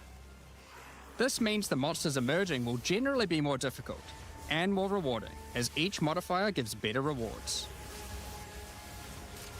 If you are able to kill them all, the pit will seal shut. As each pit is closed, it reveals a potential reward. Abyssal troves will rise up out of the pits, allowing you to get some epic loot. Areas often contain many pits, with many fissures, and the amount goes up as you progress through the game, getting more intense. It doesn't stop there. When monster mods are absorbed, they have a chance to become infused with the dark necromancy, transforming them into Abyssal modifiers. For example, you defeat this monster with the Mana Siphoner modifier. Their soul is eaten by the pit, and a rare monster emerges. The Mana Siphoner modifier has transformed into Soul Siphoner, and is now amplified in danger and reward. Abyssal pits also interact with other monsters and mechanics. If you defeat a rogue exile that's near one, it'll be revived as a Lichborn that has multiple Abyssal modifiers. Lichborn exiles even have their own unique jewel they can drop, if you are lucky enough to encounter and kill them. If an Abyss spawns near a boss, killing it will summon a gigantic Giga Larvae creature. Monsters imprisoned in essences near Abyssal pits are affected by the Abyss too. They will come with an additional new essence item that can be used to craft your items. So, that's your bread and butter of the Abyssal League. Kill surface-dwelling monsters, kill the emerging Abyssal, close the fissures, overcome pit encounters, and reap the rewards. There's a lot more to this league, however. As you complete Abysses, you can find ancient pieces of bone, preserved from the remains of fallen Lichborn. These are one of the many rewards for your mission to seal the pits. You can use this on a rare item to imbue it with abyssal magic, adding a special hidden modifier to your item. But how do you reveal it? In Act 2 of the campaign, you'll encounter a new area. This area is overrun by the Abyssal and the Lost Men. After clearing through this area, you'll find the Well of Souls, a giant cavity with a massive vortex of souls swirling beneath you. So how do you reveal the mods on your Abyssal-infused items? Obviously, just throw them in, right? Yes, that's exactly what you do. Before throwing it in, you are given the option of how you want to transform it, in the form of a choice of 3 different modifiers. Once you've chosen your desired mod, throw it in, where it will absorb the power of the souls, and the ominous creature will then retrieve it for you. These modifiers can be ones from the core mod pool, all the way through to specialized modifiers that cannot normally appear on items. During the campaign, you can... Wait, okay. I'm not trying to be like Reddit Chungus, that's so wholesome, but I do think it's really funny that they went out of their way to make it so you just throw something in a pit, and then they made a little funky dude to go just get it for you. He doesn't, he's like, look at him. He's like, he watches you throw it in, and then they even added a whole animation for him to go grab it. Specialized modifiers That's fucking awesome. that cannot normally appear on items. During the campaign, you can use it as a way to more easily add useful existing mods, but during the endgame, there is a whole set of new and powerful mods you can add to your items. Like this mod for crossbows that allows you to place an additional ballista totem. Or this one that adds spirit to your staff. Or this one that allows you to generate more combo with your quarterstaff skills. And speaking of endgame, you can also use the system to craft waystones. With a preserved vertebrae fused into your waystones, you can get some new modifiers that push difficulty and rewards to new heights. Here are some examples of those mods.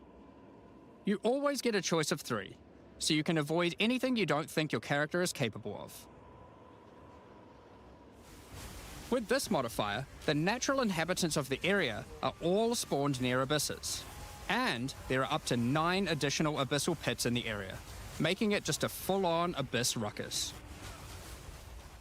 Or this one, which causes the final abyssal pit in the area to always result in a boss encounter, be it either one underground or one that emerges out. There are dozens of these waystone modifiers in total you can get from this crafting. That covers the new crafting mechanic, so what's left? Well, we talked about how when closing pits you can get abyssal troves, but sometimes when closing an abyss, you'll reveal an underground cavern that leads to the abyssal depths. After jumping into the depths, you'll find an abyssal city, swarming with legions of the undead. When underground, every single rare abyssal enemy will have an abyssal modifier. And at the end of the dungeon, you'll even find a rare with a more powerful Lichborn modifier.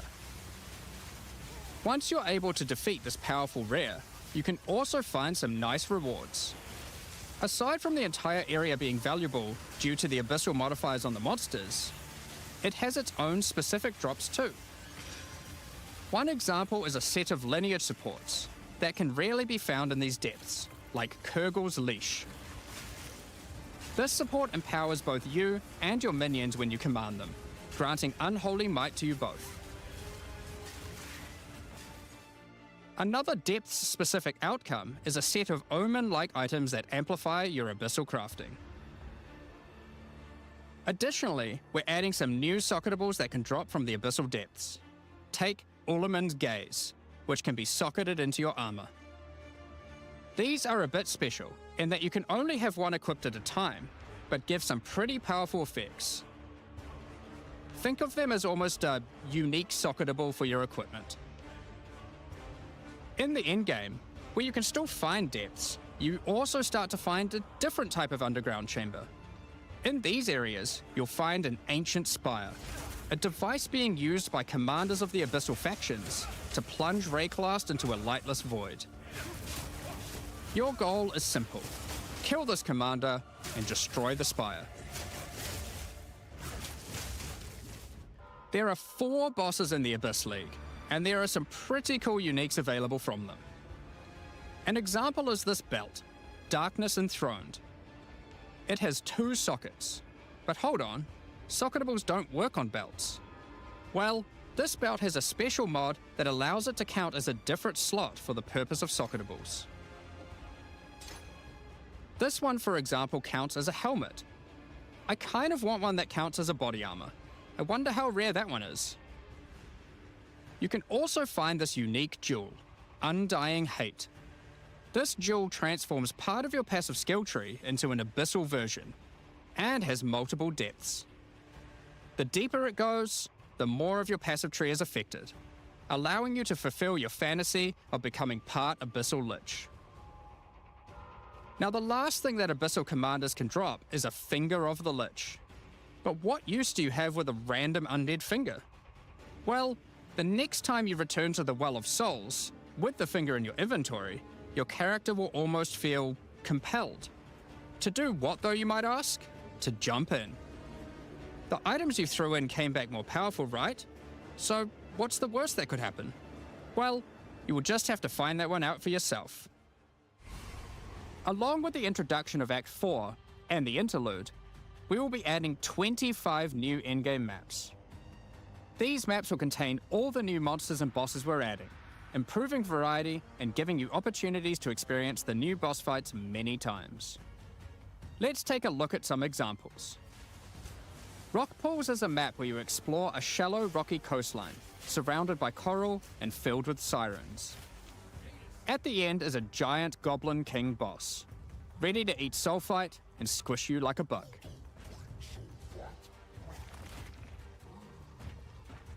Holton is an Ezomite township which has seen better days.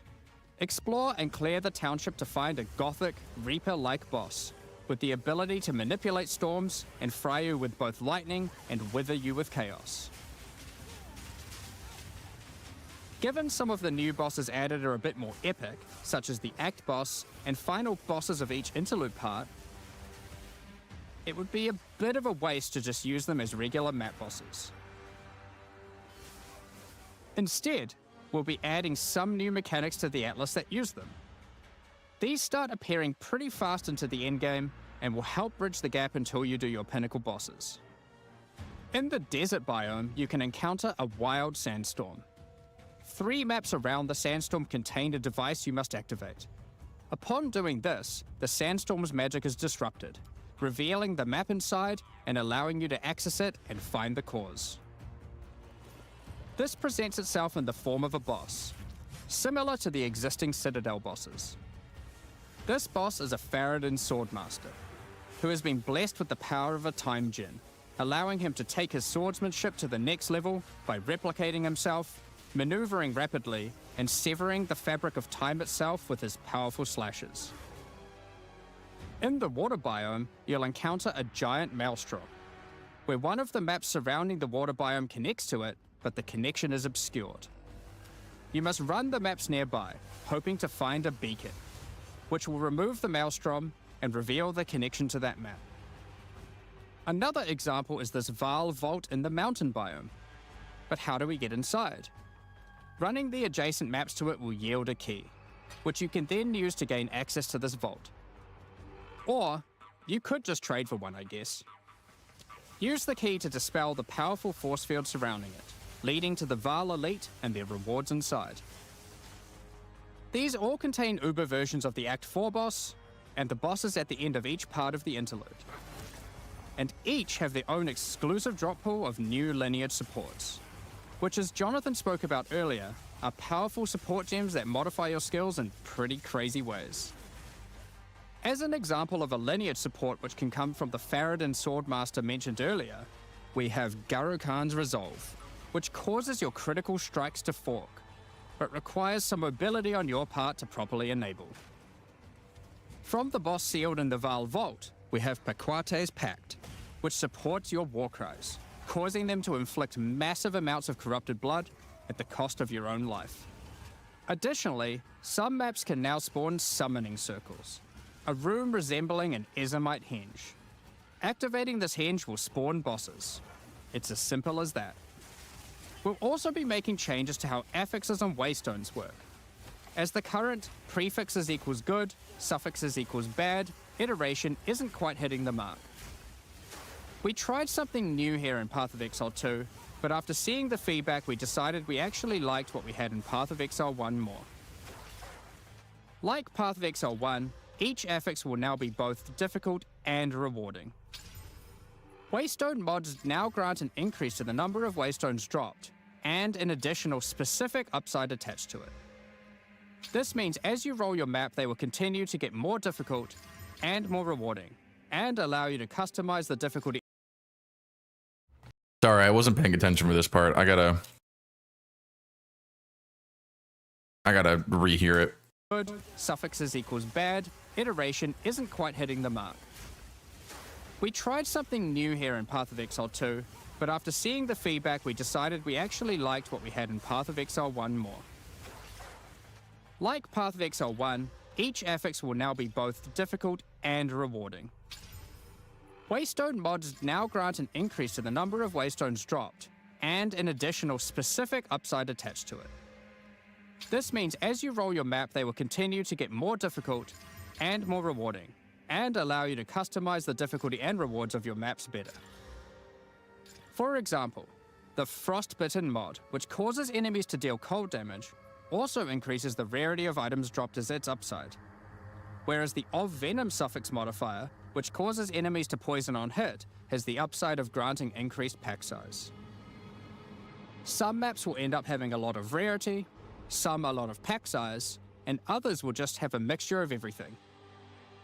Due to now having more modifiers granting difficulty, we will of course be reducing the difficulty per modifier to account for this. So, that's your Atlas, maps, and waystones, but what about Breach, Ritual, Pinnacle content, and others of the sort? We're making some changes around this too. The first change is that you'll now be able to invest 2 points into your specific League Atlas trees before having to run the Pinnacle content.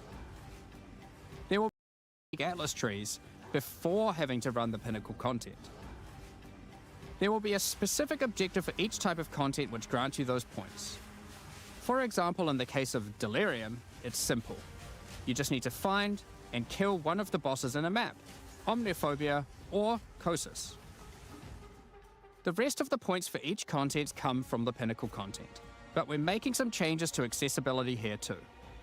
Currently, access to most Pinnacle content requires the same key at the easiest and most difficult version of the content. This creates a negative feeling where at lower difficulties, instead of wanting to run the content, you're often better off just selling it to someone who can run it at maximum difficulty. To address this, each content will now drop splinters, which will not form into singular items. Instead of using the singular combined item in the Realm Gate, you can now just bring your splinters.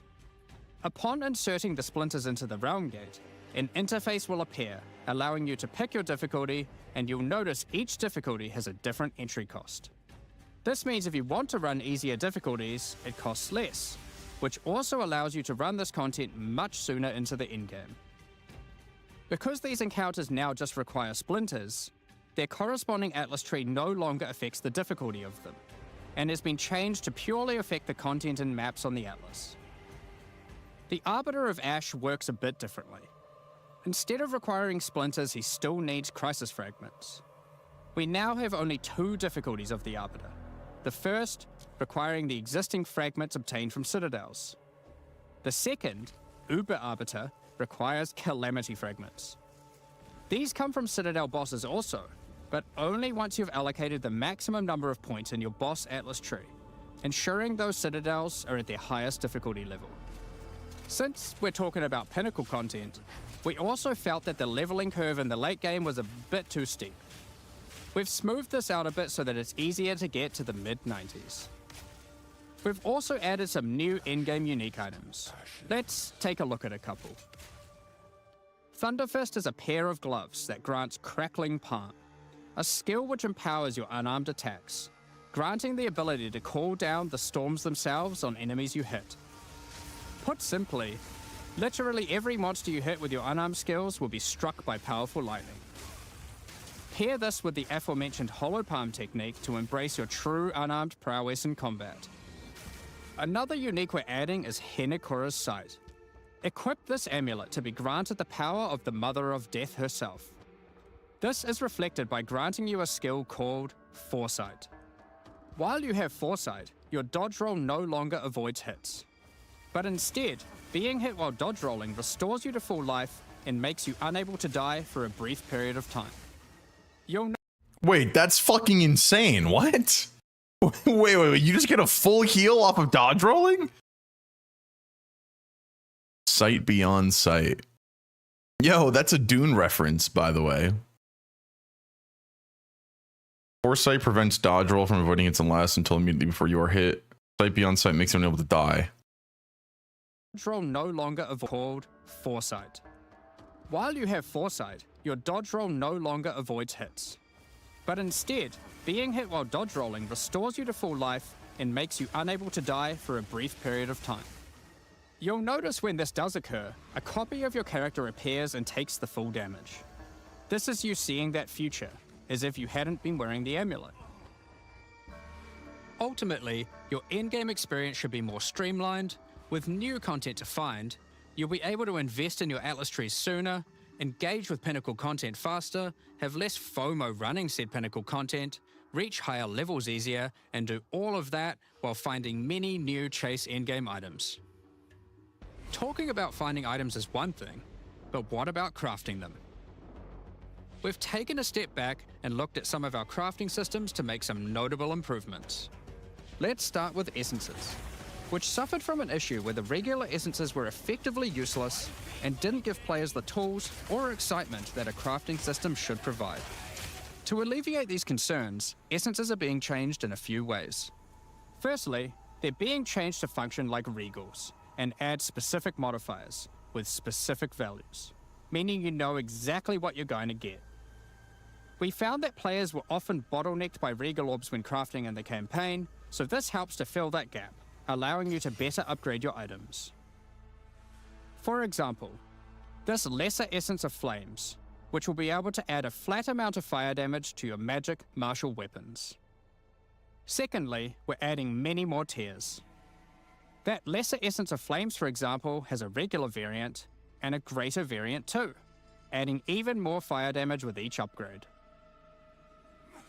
The intention of this is so that when you find one early on, you don't worry about holding on to it till later to use on a higher level item. You should feel free to use them as they come to get powerful upgrades during the campaign. Lastly, our highest tier of essences, now called Perfect Essences, will function like a Chaos Orb instead of a Regal.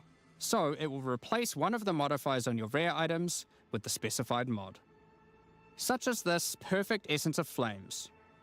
You'll notice this one doesn't just add flat fire damage like the ones before it. The Perfect Essences often give something a bit different, with some opportunities to be pretty damn powerful. There are many different essences, each with many tiers, covering many of the more core modifiers you'd want on items early on, through to chase specialized ones for in-game. Speaking of in-game, we really wanted to expand our crafting options for late in-game crafting projects. You might have noticed that at in-game, you get way too many transmutes. Wouldn't it be nice if some of those didn't drop, but instead you got something a little more powerful? At higher levels, you can now find Greater Orb of Transmutation and Perfect Orb of Transmutation. These can be used on normal items to upgrade them to magic, ensuring that the modifier generated is of a minimum level. This is similar to how you find higher tier items on the ground, but for crafting. These higher tiers will also exist for Orb of Augmentation, Regal Orb, Exalted Orb, and Chaos Orb, meaning you can get all of the orbs required to take your item from normal rarity to a fully completed rare with guaranteed high tier mods. On top of these new core crafting currencies, we wanted to make sure there are powerful crafting bases to use them on. Now in endgame, you can start to find exceptional items. These are items that drop at normal rarity and are perfect for your from-scratch crafting projects. They can come with extra quality, up to 30%, or an additional socket to use your crafting socketables in. And yes, they can be corrupted for yet another socket. You can also get exceptional unique items. To add even further to your crafting arsenal, we've added a whole suite of new omens to ritual content, and removed some of the more unimpactful ones that weren't being used. Some of the new omens include the Omen of the Ancients, which will cause your next Orb of Chance to not destroy the item, but generate a random unique of the same class. Or the Omen of Sanctification, which is my new favorite. This will cause your next Divine Orb used on a rare item to reroll the values of its modifiers, allowing it to exceed the normal minimum and maximum values, raising the ceiling on the new most powerful rare items in the game. This omen will also cause your item to become sanctified. Sanctified items cannot be crafted, just like corrupted ones, so consider carefully when you use this. Another is the Omen of Chaotic Monsters, which will cause your next Chaos Orb to reroll all modifiers on a Waystone, allowing you to fix your maps if you get some modifiers that are not feasible for your build. Besides these examples, there is a huge variety of new omens for you to discover in your ritual encounters. With the release of Act 4, notably taking place in the Karori Archipelago, you'll be able to now find a new currency item, Henikora's Lock. Henikora, the Karori goddess of death, has the power of foresight and is able to see many futures, including the outcome of your next craft. So, imbuing her lock onto an item gives you that same power too. For example, you'll know whether or not to use an Exalted Orb on your item, as you will know exactly what the outcome is. So, with all these new crafting improvements, it's safe to say you're going to be making some epic items, and not necessarily just ones for yourself. So given that, it's time to talk about a massive one. Trade. It's finally here. The moment we've all been waiting for. Fully asynchronous trade. Over the years, the way players trade with each other in Path of Exile 1 has morphed from using the forums, through to the in-game chat, all the way through to using the website. These systems, in all their iterations, work for a while, but with each iteration new problems eventually reveal themselves. Be it requiring you to be in your hideout too much instead of out there killing monsters, or never getting responses from people who are either AFK or just can't be bothered. In order to finally solve this, and this has been a long time coming, we're adding a new system that allows you to buy items from other players without requiring the seller to be present. They can continue farming, killing monsters, AFK as they please, and can even be offline. With the introduction of King's March in Act 4, you will encounter Ange, assistant to Rog in the Meridian Free Traders Company. Over the last 2 decades or so, since Path of Exile 1's storyline, Faustus has handed down his knowledge and expertise to Ange, and she is now ready to take over his business. If you have a hideout unlocked already, you can immediately invite her there. If you don't have a hideout yet, you will need to acquire one. You can do this by completing a quest to defeat one of the bosses inhabiting an island in Act 4, allowing you then to take a slice of it for yourself, making it your new home and base of operations. Once invited to your hideout, she will now serve as operating your currency exchange, but also serve as the figurehead in your new trading empire. So, how does this new system work? In the existing trade system, you would list items for sale in premium stash tabs. And then when someone wanted one, you'd have to take it out for yourself and trade it to them. Now, instead of using those, you can give your items to Ange so she can sell them for you. Each item must have a price set. The prices are set using in-game currency items, such as Exalted Orbs or Chaos Orbs. Once a price is set, other players will be able to find the item by searching for it on the trade website. Once a desired item has been found, you can hit a button, which will instantly teleport your character in-game to their hideout. Then, you can immediately purchase the item, and while there, if you want, browse their other goods, in case there's a good deal someone else hasn't yet discovered. Okay, wait. Hold on. Okay. So I got this part. I've kind of zoned out for a second because I was thinking about like Zote's comment. Shut up, Goog. In the existing trade system, you would list items for sale in premium stash tabs. And then when someone wanted one, you'd have to take it out for yourself and trade it to them. Now, instead of using those, you can give your items to Ange so she can sell them for you. Each item must have a price set. The prices are set using in-game currency items, such as Exalted Orbs or Chaos Orbs. Once a price is set, other players will be able to find the item by searching for it on the trade website. Once a desired item has been found, you can hit a button, which will instantly teleport your character in-game to their hideout. Then, you can immediately purchase the item, and while there, if you want, browse their other goods, in case there's a good deal someone else hasn't yet discovered. You'll notice that as a buyer, on top of the currency the seller set for the price, it also costs gold to purchase an item, as Ange has bills to pay after all. As a seller, you'll immediately receive a notification when an item of yours is sold, and can also see an effect above Ange in your hideout when she has unclaimed currency. Just go talk to her, claim your currency, and continue playing at your leisure. As many people already acquired premium stash tabs for the purpose of the trade system, we wanted to add a way for you to convert your existing tabs to merchants tabs, if you want. You can do that here, on the website, but only if you purchase those tabs before the release of the Third Edict. To clarify, the existing trade system will remain fully intact, so your premium stash tabs will not lose any of their functionality. We just figured people might want to switch over to this new system. We expect a lot of feedback around this new system and are looking forward to trying it out with you. As we are not able to test internally with an entire, thriving economy, there will certainly be some kinks to work out. Based on how the system goes, we will be adding it to Path of Exile 1 when ready, so any of the tabs you purchase will also be usable there later. Next up, we're going to be talking about our new supporter packs.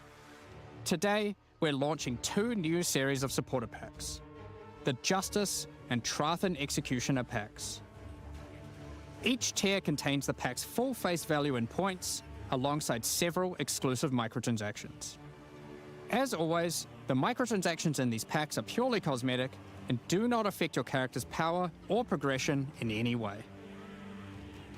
The Justice series of supporter packs contains 6 exclusive microtransactions. Claim glory after defeating enemies, or inspire your allies by calling down the Banner of Justice portal. The Sphinx Mystic hideout decoration will identify items for you, displaying them as it does so. Yo, wait, I actually really fucking like this. This is cool. And it even shows you the item too. That's sick. This ancient creature has been presented with many items over the eons, so has some strong expressions to make on the quality of your wares. Become a true warrior, worthy of delivering the justice of the eternal gods with the Apostle of Justice armor set. This armor set also comes with a matching back attack. Yo, what's up, Jay, on YouTube? We're looking over the new Path of Exile 2 update, so give me a little bit. Containing a set of scales to measure your worth. With the Apostle of Justice finisher effect equipped, the Goddess of Justice herself will appear to decide on a verdict for slain unique enemies. Witness as she decides the fate of your slain foes. Will they ascend to be amongst the gods, or be banished to the underworld? The Griffin fledgling pet will be a courageous companion as you journey throughout Rayclass. Aw, he's so cute! I need this, dude. That's fucking. Take your place in the skies in the Plateau of the Gods hideout. This hideout comes with many different sections for setting up your home or base of operations. In order to travel between them, you simply just need to walk off the edge. Like a true eternal god, you can float between the mountains on the clouds themselves. The Trathan Executioner pack series also contains 6 exclusive microtransactions. The Trathan Executioner finisher effect is a brutal display of Trathan might, crushing slain unique enemies as if they were bugs beneath your heel. As a Trathan Executioner, you're the perfect master for the ever-hungry carrion raptor pet. It has taken a particular liking to the taste of other pets, and at your command it will swoop down and eviscerate them. That's fucking evil. What? Dude, what? You can just kill other people's pets? Bro, that's fucking imagine you pay real money, right? Imagine you paid real money for that little griffin pet. Because you're like, he's so cute, he's so cool. And then this motherfucker comes out, clicks on your guy, and you don't ever know, and he just fucking explodes into mist. Proceeding to satisfy its hunger by feeding on their corpse. The nobles of the 4 major Trathan houses had their mercenaries, but if their hired hands became notably irritating, they'd have to call in the Trathan Executioners. You can now embrace their methods and become brutality incarnate with the Cruel Trathan Executioner armor set. The matching Cruel Trathan Executioner cloak will shroud you in scarlet as you crush the skulls of your enemies and leave a trail of blood behind you as you build up a kill streak. Or use the alternate variant to simply put a skeleton on your back. Be bathed in blood as you mutilate monsters with the Cruel Trathan Executioner character effect. The swirling blood increases in volume as your spree of slaughter continues. Both this effect and the cloak use the same kill streak for tracking how much blood is shown. After a long and tiring day of executions, enjoy a relaxing game of dice with the Goblin Gambler's Hideout decoration. They'll definitely be playing fair, right? The Pulverizer map device brings a horrid efficiency to punishing the damned of Trathis. Each map you open will execute the next victims. This map device in its true ruthlessness tracks the total number of monsters killed, your kills per second, and your largest kill streak up to the point of the map being completed. This is then displayed on a leaderboard so you can take a measure of you and your friends' violence at the end of each map. Me a Krabby Patty! So even you are back to Poha. What? What? Yo, Ice, thank you so much for the 7-month resub at a tier 1. I really appreciate it. You missed the scam train earlier today. And yeah, I'm playing PoE 2 this weekend because there's free cosmetics that I want. I wasn't going to play it, and then Zote told me that they have free cosmetics available if I beat Act 1, so I'm playing it right now. Dude, by the way, do you know any YouTube videos that go over the actual patch notes that like break it down easily to understand? Because I can't fucking like I wanted to read the patch notes, right? But like I don't know what any of this shit means, dude. Like literally look at all of this. Like there's no way. I mean, it'd probably be easiest if I went over them for you myself later. I mean, what did you want? I mean, I want to know like everything. That's the problem. There's just a lot. Yeah.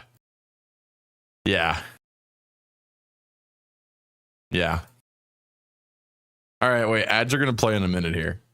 Yeah, I'm one of those people where it's like, even if I don't play a class, legal document to a 5-year running court case.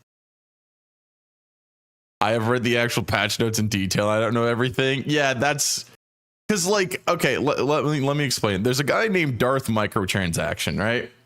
He made a video during Dawn of the Hunt, where he basically broke down a lot of these updates. But I don't think he actually has a video for these updates, because I looked into it and what I saw was like a video stating like there's controversy. And I'm like, I don't fucking care about Path of Exile drama. I just want to fucking know what the patch notes are. So I'll probably watch that video on my own. This is a bigger patch than 0.2. Yeah, I mean, yeah, definitely. Yes, I know that. I'm literally watching the content reveal. So I know that. I know Sprint is in the game. I know Auction House is in the game. I've seen a couple of the updates and skill changes and stuff like that. I've seen the support gems, all that shit. I just mean more so about like what the individual numbers mean, right? Like right here. Like for example, he kind of already talked about that.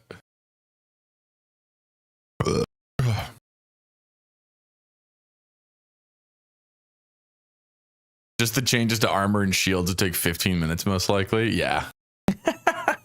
I'll do it on my own time. I'll do it on my own time. I wanted to go over it on stream and be a React Andy, but you know, I don't know enough about Path of Exile, so like these numbers don't mean anything to me. That's why it's like I can't really do anything about it.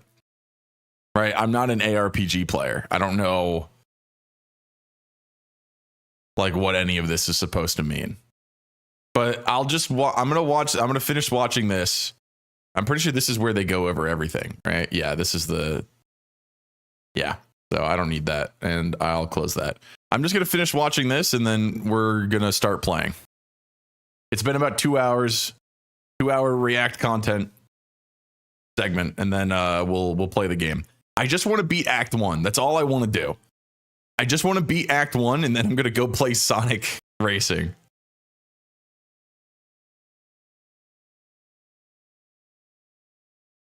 That's the last seconds. Yeah, I know. We got to wait for ads to be done.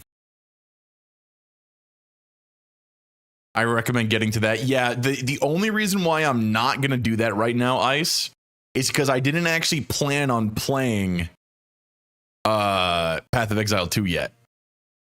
Right? Because I didn't want to start Path of Exile 2 because Silk Song comes out this Thursday.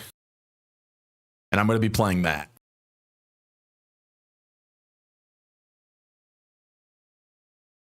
Things change sometime. Or plans change. Well, no. I'm only doing Act 1 right now because Sonic Crossworlds Racing, the open beta, is live right now. So I'm going to play that once I should be able to get through Silk Song or through Act 1 today. It shouldn't take me that long. How many sales Silk Song will get? Well, okay.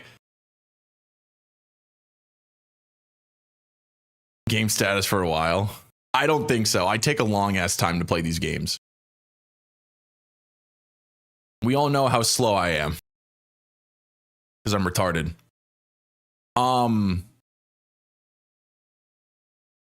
Well, Zoe, I mean, I know we're assuming a lot of things here, but I don't know about concurrent players. All I know is that if we were to assume that every single person that bought the first game will buy the second, that's 15 million people right there. I swear to God, if it breaks the fucking... I don't think it'll beat Wukong just because Wukong got like a bunch of sales because of Chinese people, right? Like they just went out of their way to buy the game. That's what they do. Not to say again, not to say that Wukong was not a good game, but like when a Chinese game comes out, China will like tell their citizens, you must buy this game. They make it like the fucking Winnie the Pooh comes out of his fucking woodworks and it's just like, buy this game. It would be funny though. It would definitely. I think if any game's gonna do it, I think Silk Song would do it, but you know. All right, last couple of seconds and then we're gonna play the game finally.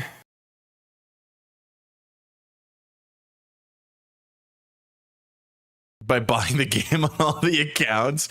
I don't even think they'd like make bot accounts. I really think they would just like tell their citizens, hey, buy this game or die, right? Silk Song is going to be free on Game Pass, so it will lose sales on that. I mean, yeah. So I'm pretty sure Hollow Knight was on Game Pass for a little while, and it still made 15 million sales, though. Also, I'm gonna be so for real. Like, if people use Game Pass, I just kind of don't count them in game numbers or sales or anything, because anyone that buys that shit's fucking retarded. They're forced to farm gold in WoW. Real. They're not making people buy a game. I don't know about that. Additionally, any microtransactions from the supporter packs will be made available for use in Path of Exile 1. Oh wow, they just like cut it off right there. Yo, what the fuck is this AI image right here? What the fuck? Bro lags critical information. All right. We're playing Path of Exile 2. What's up, Hugh? Let me swap this over. We're actually going to play the game now. This is a really good update, though. I'm not going to lie.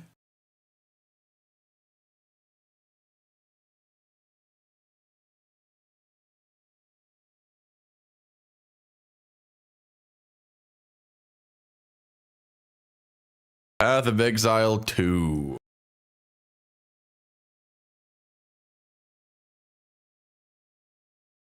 What happened to the first two edicts? Your mom swallowed them. I wish I had the free time to no life games like PoE 2 again. I don't have a fucking job and I don't have enough time to fucking no life the games. Alger, I think there's a CCP playing in your chat.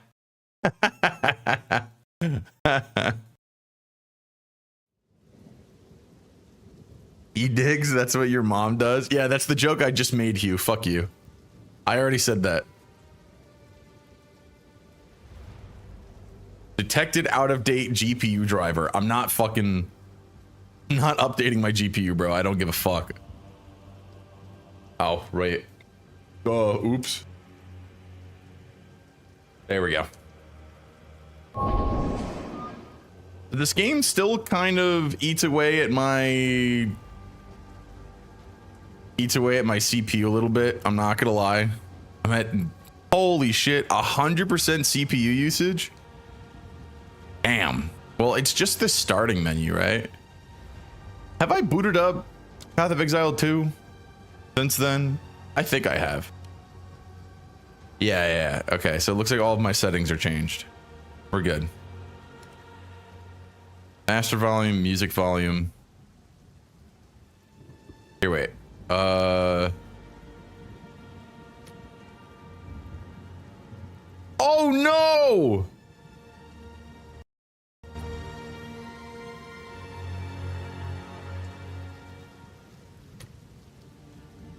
Okay, wait, it didn't save. We're good.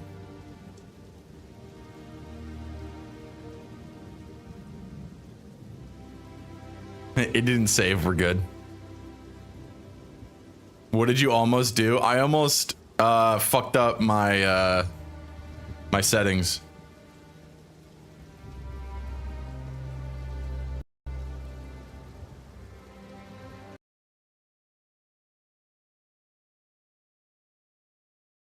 I clicked default because I thought it would change the music settings to default. I didn't realize it reset all of my settings.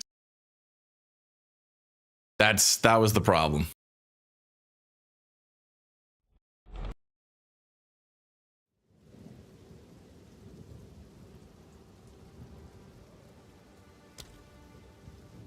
Chicken salad.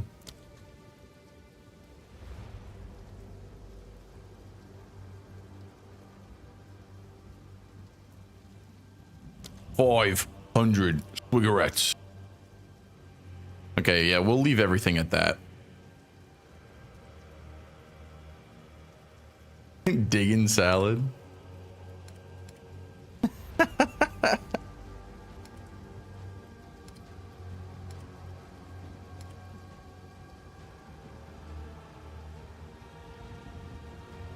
Yeah, it uses the Vulkan renderer. Yep. Okay. So we should be good to start.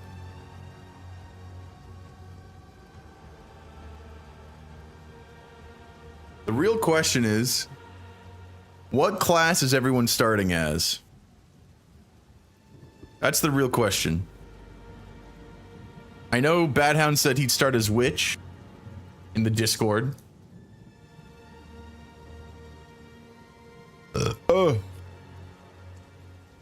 Ranger as usual is the most popular. True.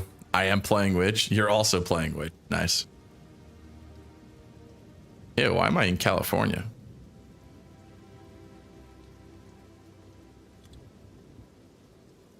There we go. Texas. Okay. 0.3 update. Watch it just like break. Okay. Not gonna lie. I want to like delete like half these characters. New update.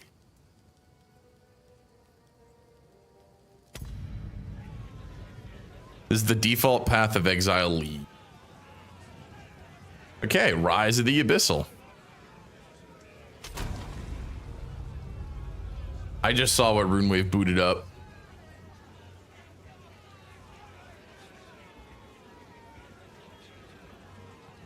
All right. An openfront.io stream. I couldn't resist playing Witch when Reap is in the game. Yeah. Ah, fuck, dude. I don't know who to play. I actually like don't know.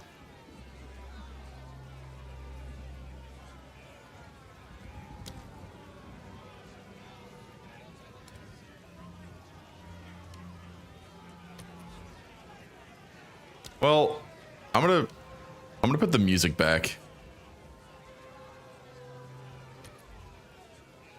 Fuck, see, I'm not gonna I wish this was like a volume, not a slide. I hate sliders, man. Okay. You can play unarmed monk. Yeah. Fuck, dude. Feral Asmirian, expelled from your mountain. You are wild at heart and wild of mind. Oh, how the glory of the Asmiri has faded. I sentence you to death. Say your piece. What did miniature burgers ever do to earn your ire? Fuck. Okay. Ranger, an outcast.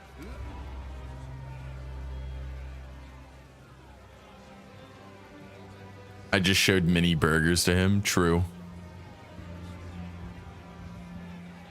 Fuck, dude. I don't know who to play. All of the changes seemed really good. I kind of want to play Sorceress again, but like, I've only ever gotten one character to endgame, and that was Sorceress. So like, I want to play a different character. Play Monk. But I don't want to be racist on stream again. Liberate your brothers, just as you have failed in poisoning my subjects against me. Call out to your dreamer. Let us see if he answers. If you never, I did play Monk and I almost quit the game, and then I played Sorceress and had way more fun. Yeah, Monk was actually the first character that I played. I raged at the fucking... I raged at the Act 2 giant stone boss with the sword because the monk fucking felt like shit. I refuse to make a witch because I know if I play witch, I'm never gonna play another class. I haven't tried mercenary and I haven't tried warrior. Like, I have literally never played these two classes. Warrior seems very cool though. Merc? Hired hand. Every life has a price, and your crossbow has kept your coin purse full. Here you are. Probably the most satisfying sound design. Warrior's my second favorite after Witch. Foundling. It is a pity to see you. So, what class are you playing? You arrived on our shores a whipped and broken child. Our people made you strong. How were they repaid? Sedition and lies. Speak now if you choose. Actually, you know what? I know what class I'm gonna play. I've made up my mind. I'm gonna play warrior. The reason why is because Act 4 goes to the Karui. This guy is a former Karui, right?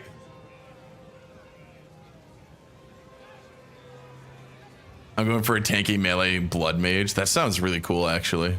Blood mage sounds really, really cool. So you're going to play to act. I mean, okay. I'm not. When I say that I'm only playing to Act 1. Like, I don't know if I'm gonna delete the character or not. Right now, I just want to get to the end of Act 1 as fast as possible.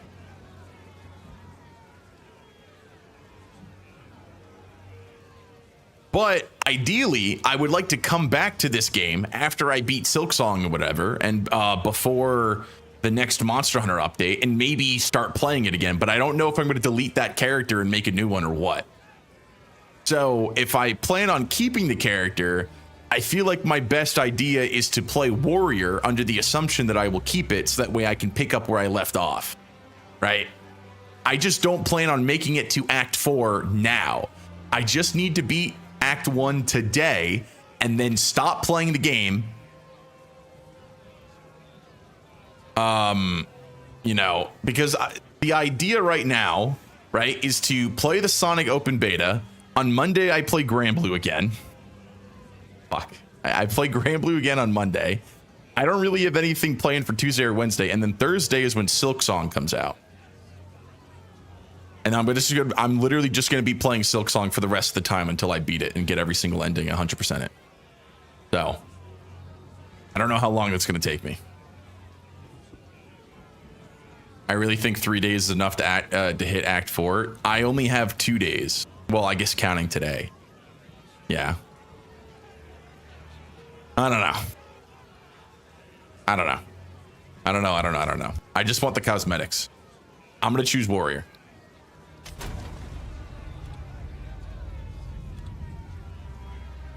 When's the monster update? I think it's end of September. But like, Silksong might take me the rest of the month. How hard am I gonna have to beat the crossover guy? I don't know. I don't think it's that high, like at all. Actually, I think they said like high rank 40 or something super low.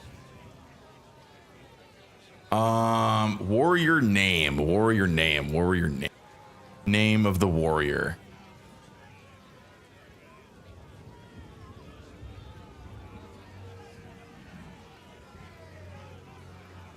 Name of the warrior. I'm thinking you're gonna want maxed out armor for sure. Yeah, but they just Ice, they added, I mean, I'm sure you know this, they added 9-star missions, and so they also give armor spheres, so you just max out your armor easily. Badhead, you want me to name him Gots?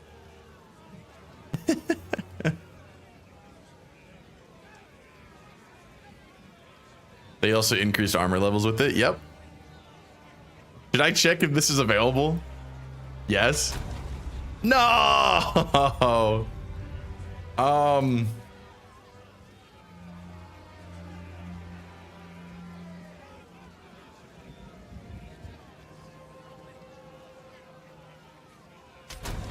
Damn.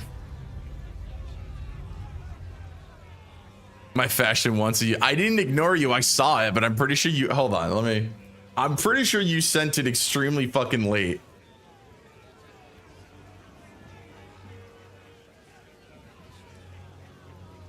Let me check.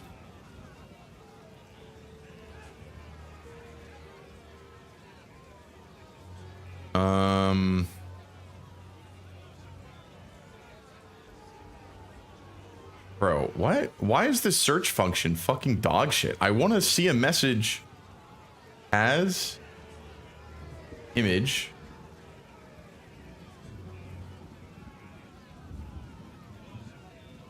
From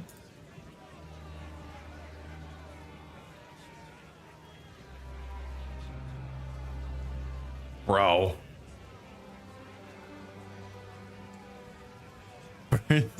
I don't know. Here, let me try it.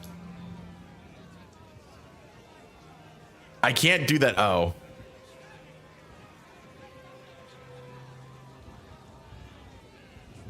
I was carrying tripods at 3 a.m. upstairs. True.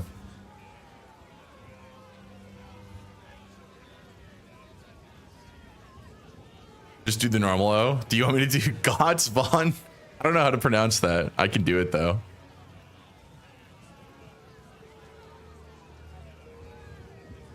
I'll try it. No, it's already taken. God damn it. Someone actually has this fucking name. That's insane.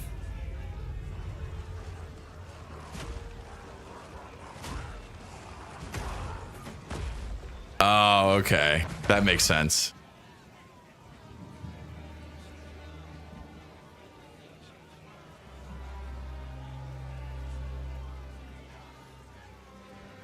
What's like a book series that I read?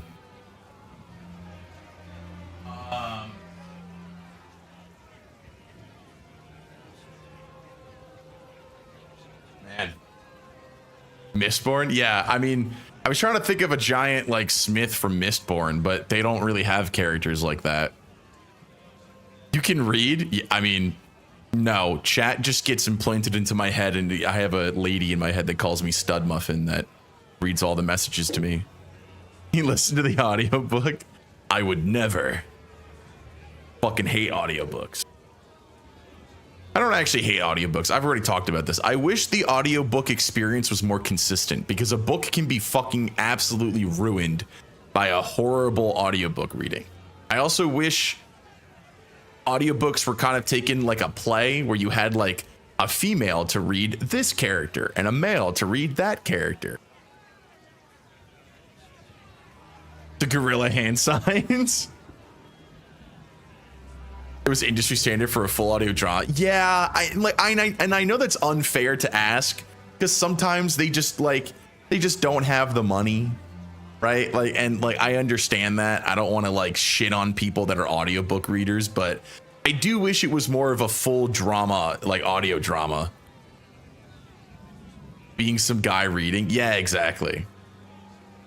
Like, I would fucking love if it was essentially played out like a play, but in audio form. That would be fucking awesome. What's another like famous blacksmith from like a video game?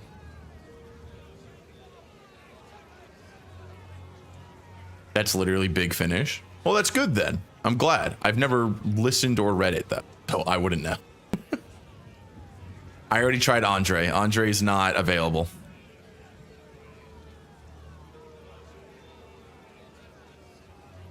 Oh, wait.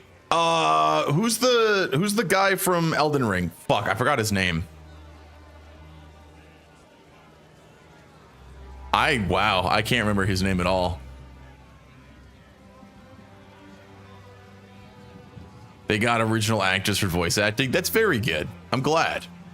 Like actually, even though I don't really like Doctor Who, that's good. I wish more stuff did things like that.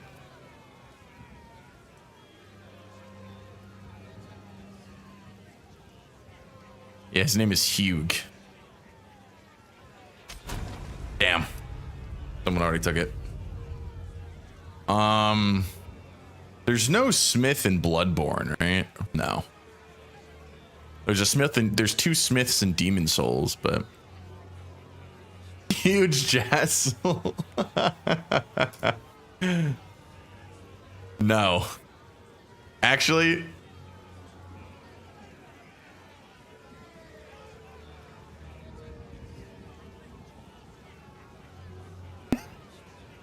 no, I don't want to do that. I don't want to do that.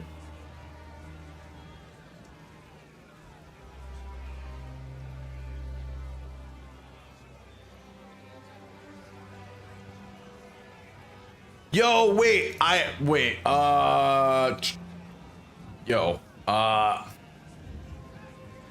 hold on.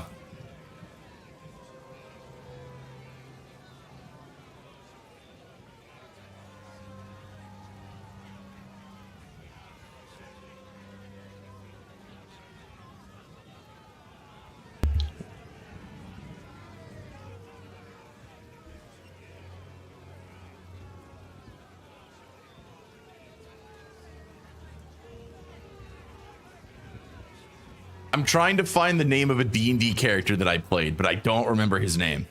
I'm asking my DM right now. There we go.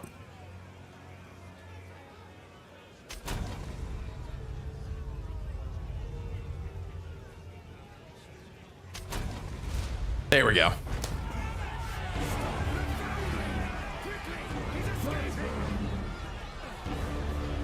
There we go. Hugh Smithson. No, his name is Zorn now.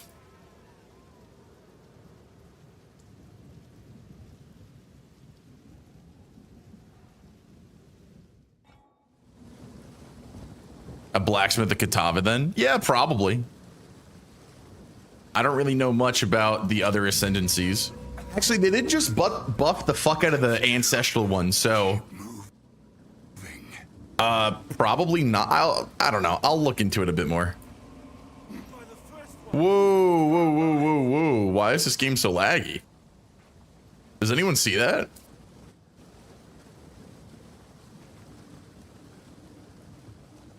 Is he zorking it? Whoa, whoa, whoa, whoa. Ancestral spirits are bugged right now? Damn. Why? I say that, but like 15 minutes ago, the game got patched. Why is this happening?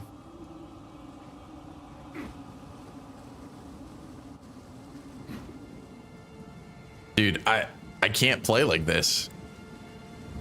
It's not my computer. Is it because of the graphics drivers? Do I have to update my graphics drivers? If I do that, it's gonna turn the stream off. Fuck.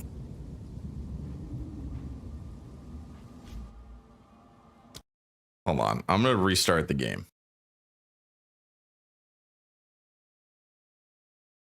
If I upgrade my graphics drivers, I'm pretty sure I'm not gonna be able to play. My stream's gonna turn off.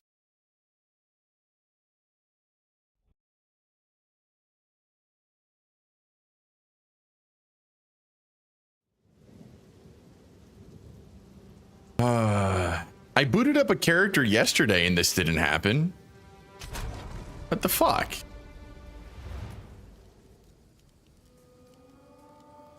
He looks so much different in this icon than he does his player model. Does anyone notice that? He does not. These are not the same people. Like, at all.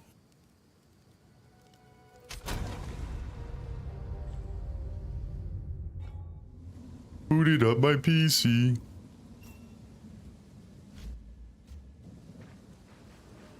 Dude.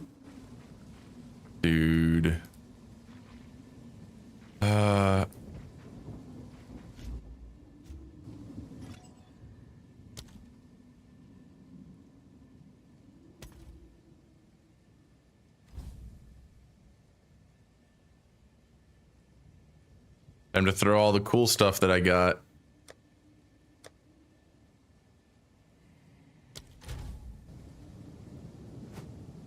Why did it take me out of the menu? What? I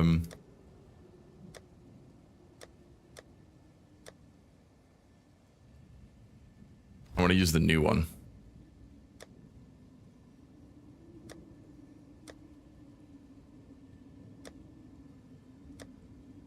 How do I remember? There we go.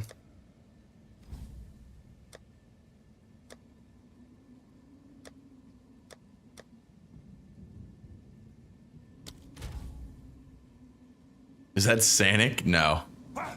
This is not Sanic.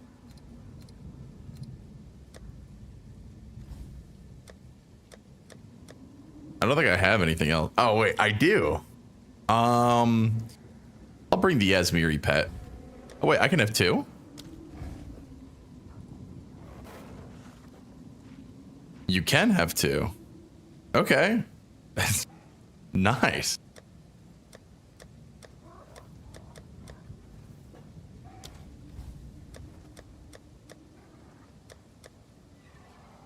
Monkey. Shut up. Yeah, I don't have any other... Oh, weapon effect? Yeah. I already have one. That's fine. I'm glad to see another. The miller went now. I would Yep. appreciate it if you could.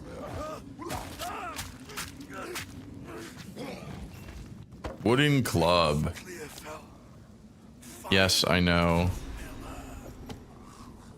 Clearfell could be in danger. I'd best hurry.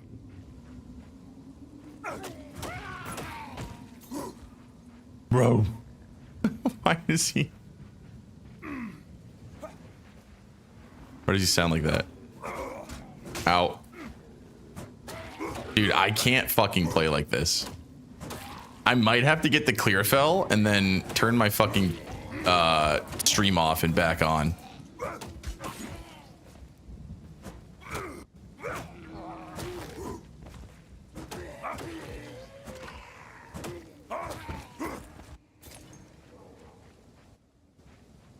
Yo, what's up, Melon? You just you dodged the 2 hours of React streamer.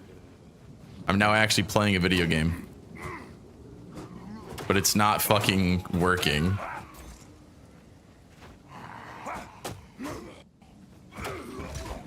Ow.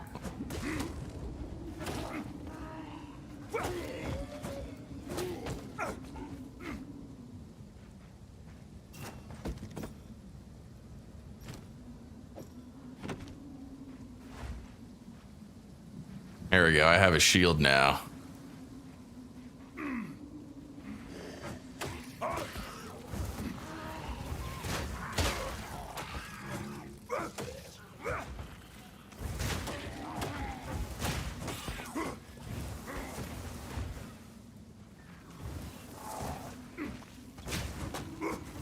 Face me!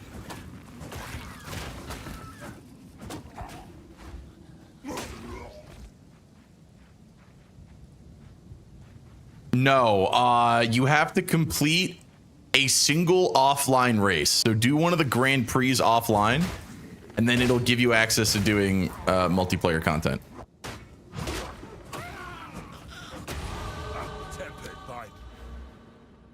Ah, I see. Yeah, this is not the same character, by the way. Victory. And then multiplayer unlocks. Yep. Now this Rolling slam. just what I need. I'm gonna put that on my queue. So what the fuck does that do? Ah, I see. Whoa. Power. Here we go. Slam the ground to stun enemies and knock them away, then continue forward and perform a devastating second slam. Holding down the skill inputs allows you to change direction as you move. Then continue forward. Activate. Attack time is 2 seconds. The first slam. Main hand. Second slam. Ah, okay. Cool. It doesn't let me. Yeah, you have to do the whole thing. Yep. You can just do like the easy baby mode or whatever, and then, you know.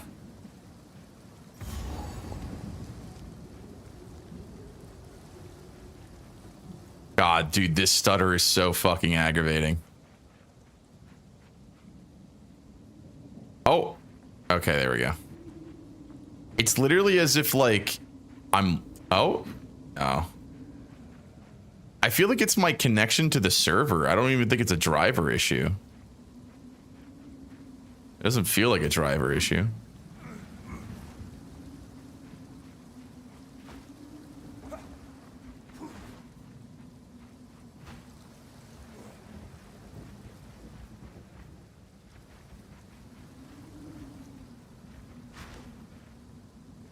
It's kind of hard to control my sprint with this fucking lag.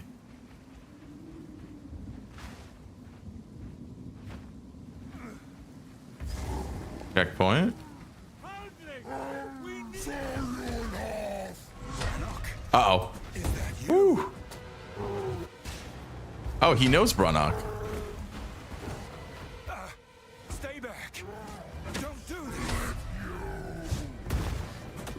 Hammer and anvil.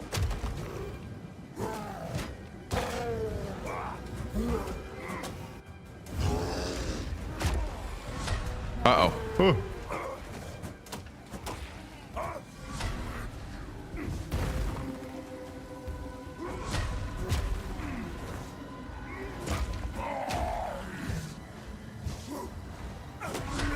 Oh. Ooh.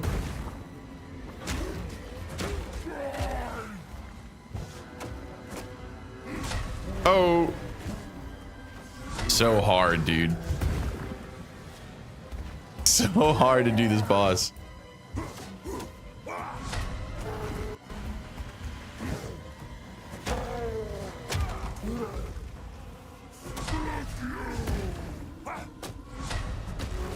Well.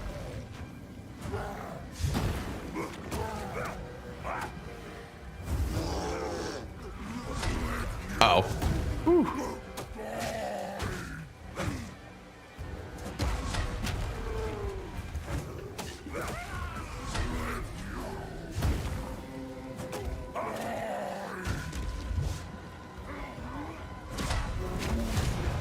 Nice. Press K to equip. Sorry, Brannock. It was me or you. Character. I got a new. See, what's funny though is that like I have this one now. So I don't really want to have this hood equipped. So I'm just gonna put this one on. Elton, please come inside. Attack right after blocking an attack. Yeah. Why does Sonic need a car? So the race is fair. Everyone gets in cars, so it's a fair race.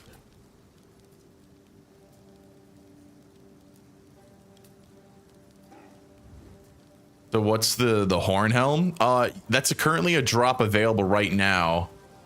If you watch the stream in the Path of Exile 2 category for 2 minutes, you should have the drop now, guys. So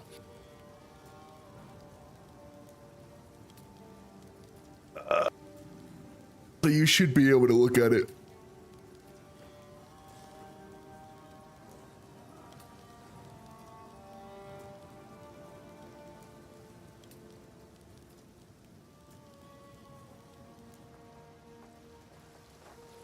Okay. Father, you're alive. Where have you been, lad? I've been worried sick. I looked for you everywhere after those soldiers came for you, but when I found neither hide nor hair, I had to believe, well, it's a good thing you managed to escape the Count's justice. Let's just say that. It seems the first ones have graced us with fortune. We could sorely use your strength in these dark times. There's a beast of particular dark power stalking us out in the felling. It moves unseen under the dirt and attacks without warning. We can't leave the walls to find food, and I've been unable to corner and slay the beast myself. Now, if you could channel your violence against this devourer, as Finn calls it, we'd be indebted to you. Yeah, I'll do that, Dad. Well, this place was never meant to house this many people. Especially not the monsters creeping out of the forest keep us locked within the... I don't have the heart to tell the others I don't see a way to... This part of Farrell has been a fair... We weren't able to take... It's funny that he talks to you about all this lore. He tried to batter his way in for 5 full days once he rose again. Go well. Funny that he talks to you as if... Must die for what he has done to us. Oh, mace.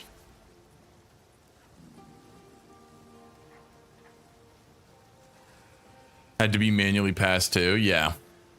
Earthquake. Smash the ground, dealing damage on area, leaving behind jagged ground that slows enemies. The jagged ground erupts in a powerful aftershock after a duration. Cannot create jagged ground on top of an existing patch, but if you already have the maximum, or if you already have the maximum number of active patches. Increased magnitude of jagged ground. While dual wielding, both weapons hit with 30% less damage. Aftershock. Okay.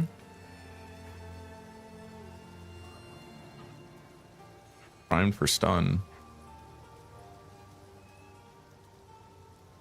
Rare at 16, unique at 70. Upon causing a heavy stun, it will create a shockwave dealing a large amount of damage in an area.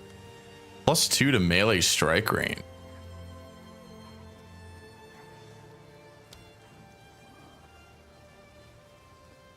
A lot of the May stuff. Yeah. That was one of the reasons why I haven't really wanted to play any of the melee classes as well. Because, like, I want to see what the sword... Like, obviously, we got Spear. Spear's cool. Bone Shatter is really good. It looks like it. I like the +2. So I'm going to put that on there. I'll put that on my E for now. Okay. So... let's talk to all the NPCs here. Before you go, Foundling, I must warn you. Oh, he walked over here already. Welcome to the Camp of the Lost. I know you and I never met in the village, but Renly has been sick with worry about you since he got here. This is the first good news he's had, and for that... Yeah, I remember. I remember you were talking about it. You must have heard the rumors in the village. All this began the night Count G... Something happened out there. I fear that our land's sickness will... The gambler? Renly brings the strength. He doubts himself. But I, in many ways... Bye. We will survive. What have we got? Oi! It's you! You're Renly's foundling. Renly's son, aren't you? Good to finally meet you. I am Finn, and I shall be your humble provider of useful and diverse objects. That are most definitely not scrounged or stolen. Okay. This is a wooden tomb, if you care to see it objectively. Your old man's all right by me. Never said an unkind word. Treasure what you've got. You hear me? Yeah, I like that. I like that. You're... yeah. He lives up to his reputation. Damn. Out there, ancient creatures, lurking beneath the surface, cloaked in darkness. They then burst forth to feast on the souls of the recently departed. Trust me, I've seen them. The others think me mad, but mark my words, it is true. Are you sure it isn't the Devourer? No. But that damn thing has likely opened their passage to the surface. These creatures, they are something else. It is not but one threat. It is many. And I fear what it means for Clearfell. We are tormented on all sides. Depose them. Cave in the cracks. Cave in whatever you find. We've got enough trouble here as it is. I'll see what I can do for Clearfell. I knew I could count on you. Take care, friend. The voice that I was talking with earlier and the voice that is reading those lines and the art do not look like the character model. It's really weird. Well, I don't know how else to describe them. They rip right up out of the dirt. Fearsome and terrifying. I've never seen anything like it. What do they look like? Black-blooded, green-eyed. Darkness oozes about them wherever they skulk. They reek of a time long buried. Well, just speculation, of course. Good luck. Okay. I'm going to try to exit to the login screen, and I'm going to try to join a different server.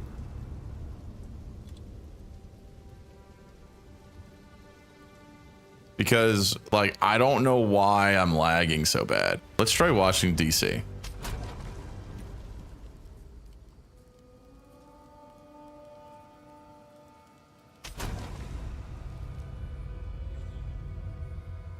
It does not feel like a GPU thing because my frames...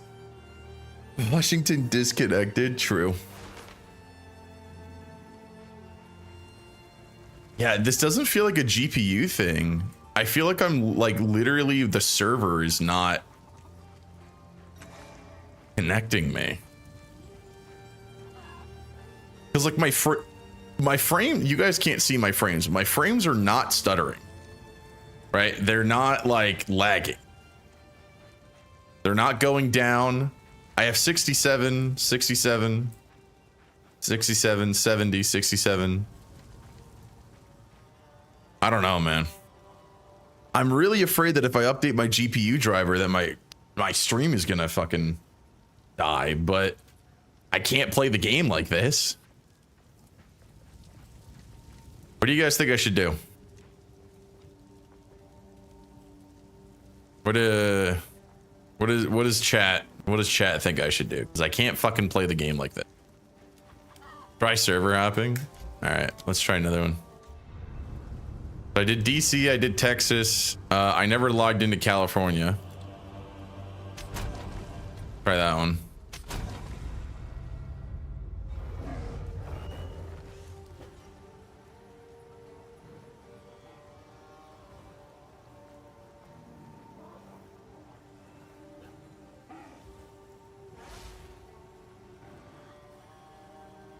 I just made it to Act 3, Part 2. Nice. Nope, still happening.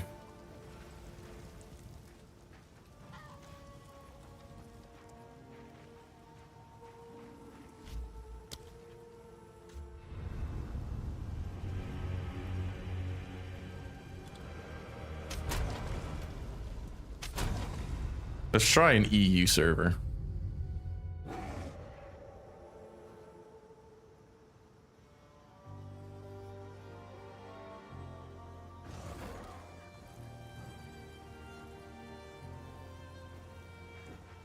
Nope, still happening.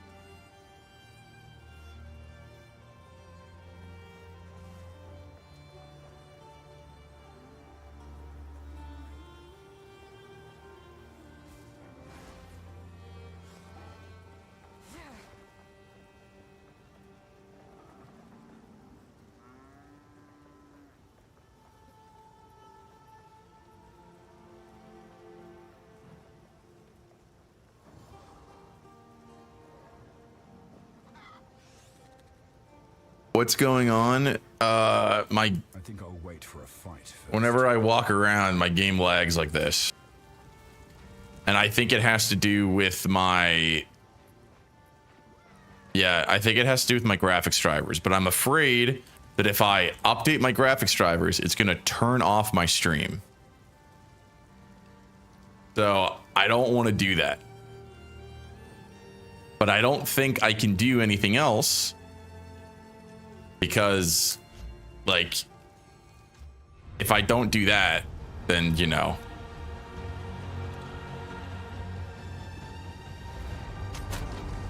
So I'm asking you guys, what do you think I should do? Should I update my graphics drivers and potentially have the stream turn off and have to restart? Did it do this since the start? Yeah. The game, okay. The game also explicitly states when you open it, hey, you're running on old graphics drivers. So, like, I'm pretty sure it's the graphics drivers. I'm like almost certain. How much work is restarting the stream? I have to create a whole new YouTube stream, and it's really annoying. That I would either update your drivers or restart the game or PC. See, if I update my drivers, I'm probably going to have to restart my PC. That being said, I'm not lagging like this, even though it tells me to update too.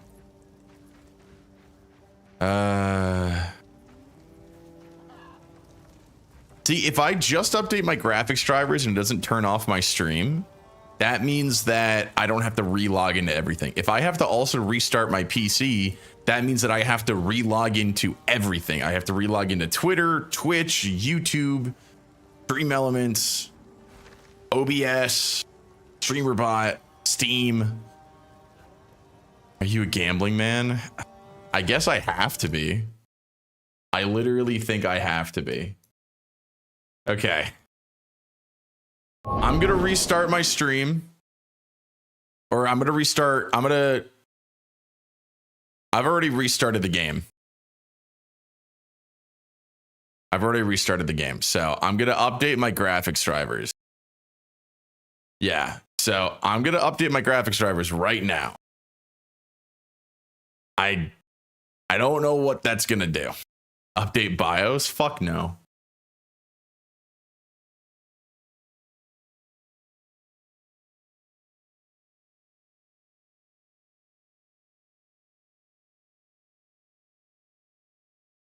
And I think it's going to restart my drivers. Let's see.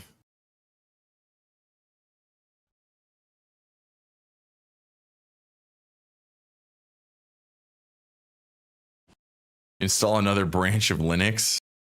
I have a different. I've been running on a Fedora on my laptop again. I got it to work like super easily.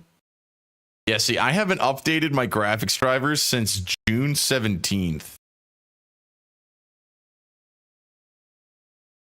Why do I need a new graphics why do I need new graphics drivers though? These are, it says Battlefield 6, Borderlands 4. Like what am I fucking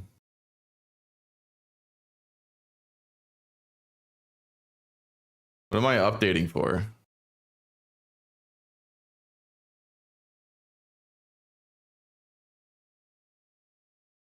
All right, well, I'm a gambling man, guys. I'm downloading the graphics drivers. Please tell your friends and family that I didn't end stream on purpose. Please do not go anywhere. Matter of fact, tell more people to join the stream while it potentially reboots. Even if it doesn't reboot, tell people that anyway. All right. Everyone run away. That's just what happens anyway. All right, I'm installing.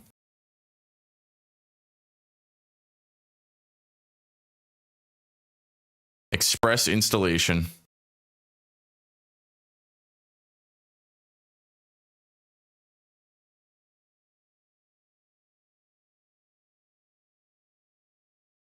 All right, here we go. It's updating.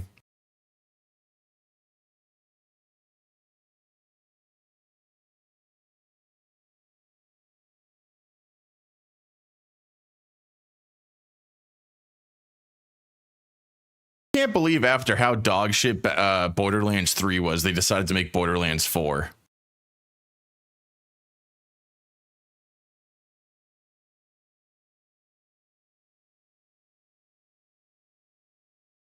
I'm glad I'm taking this time to make my shores a little brighter. Based and brighter shores pilled. Oh, I don't think I logged into brighter shores today, actually. I'm not going to do it now. All right, they're installing, guys. Oh, please don't turn off the stream, please.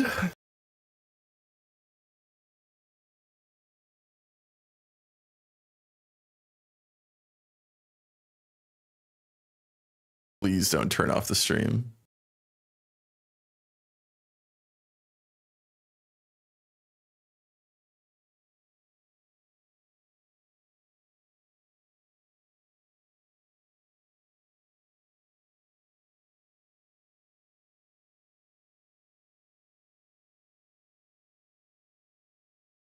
It's already the latest version. Huh.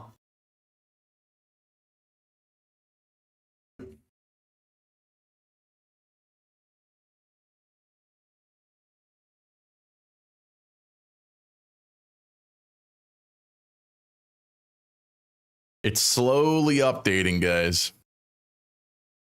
I don't know what's going to happen.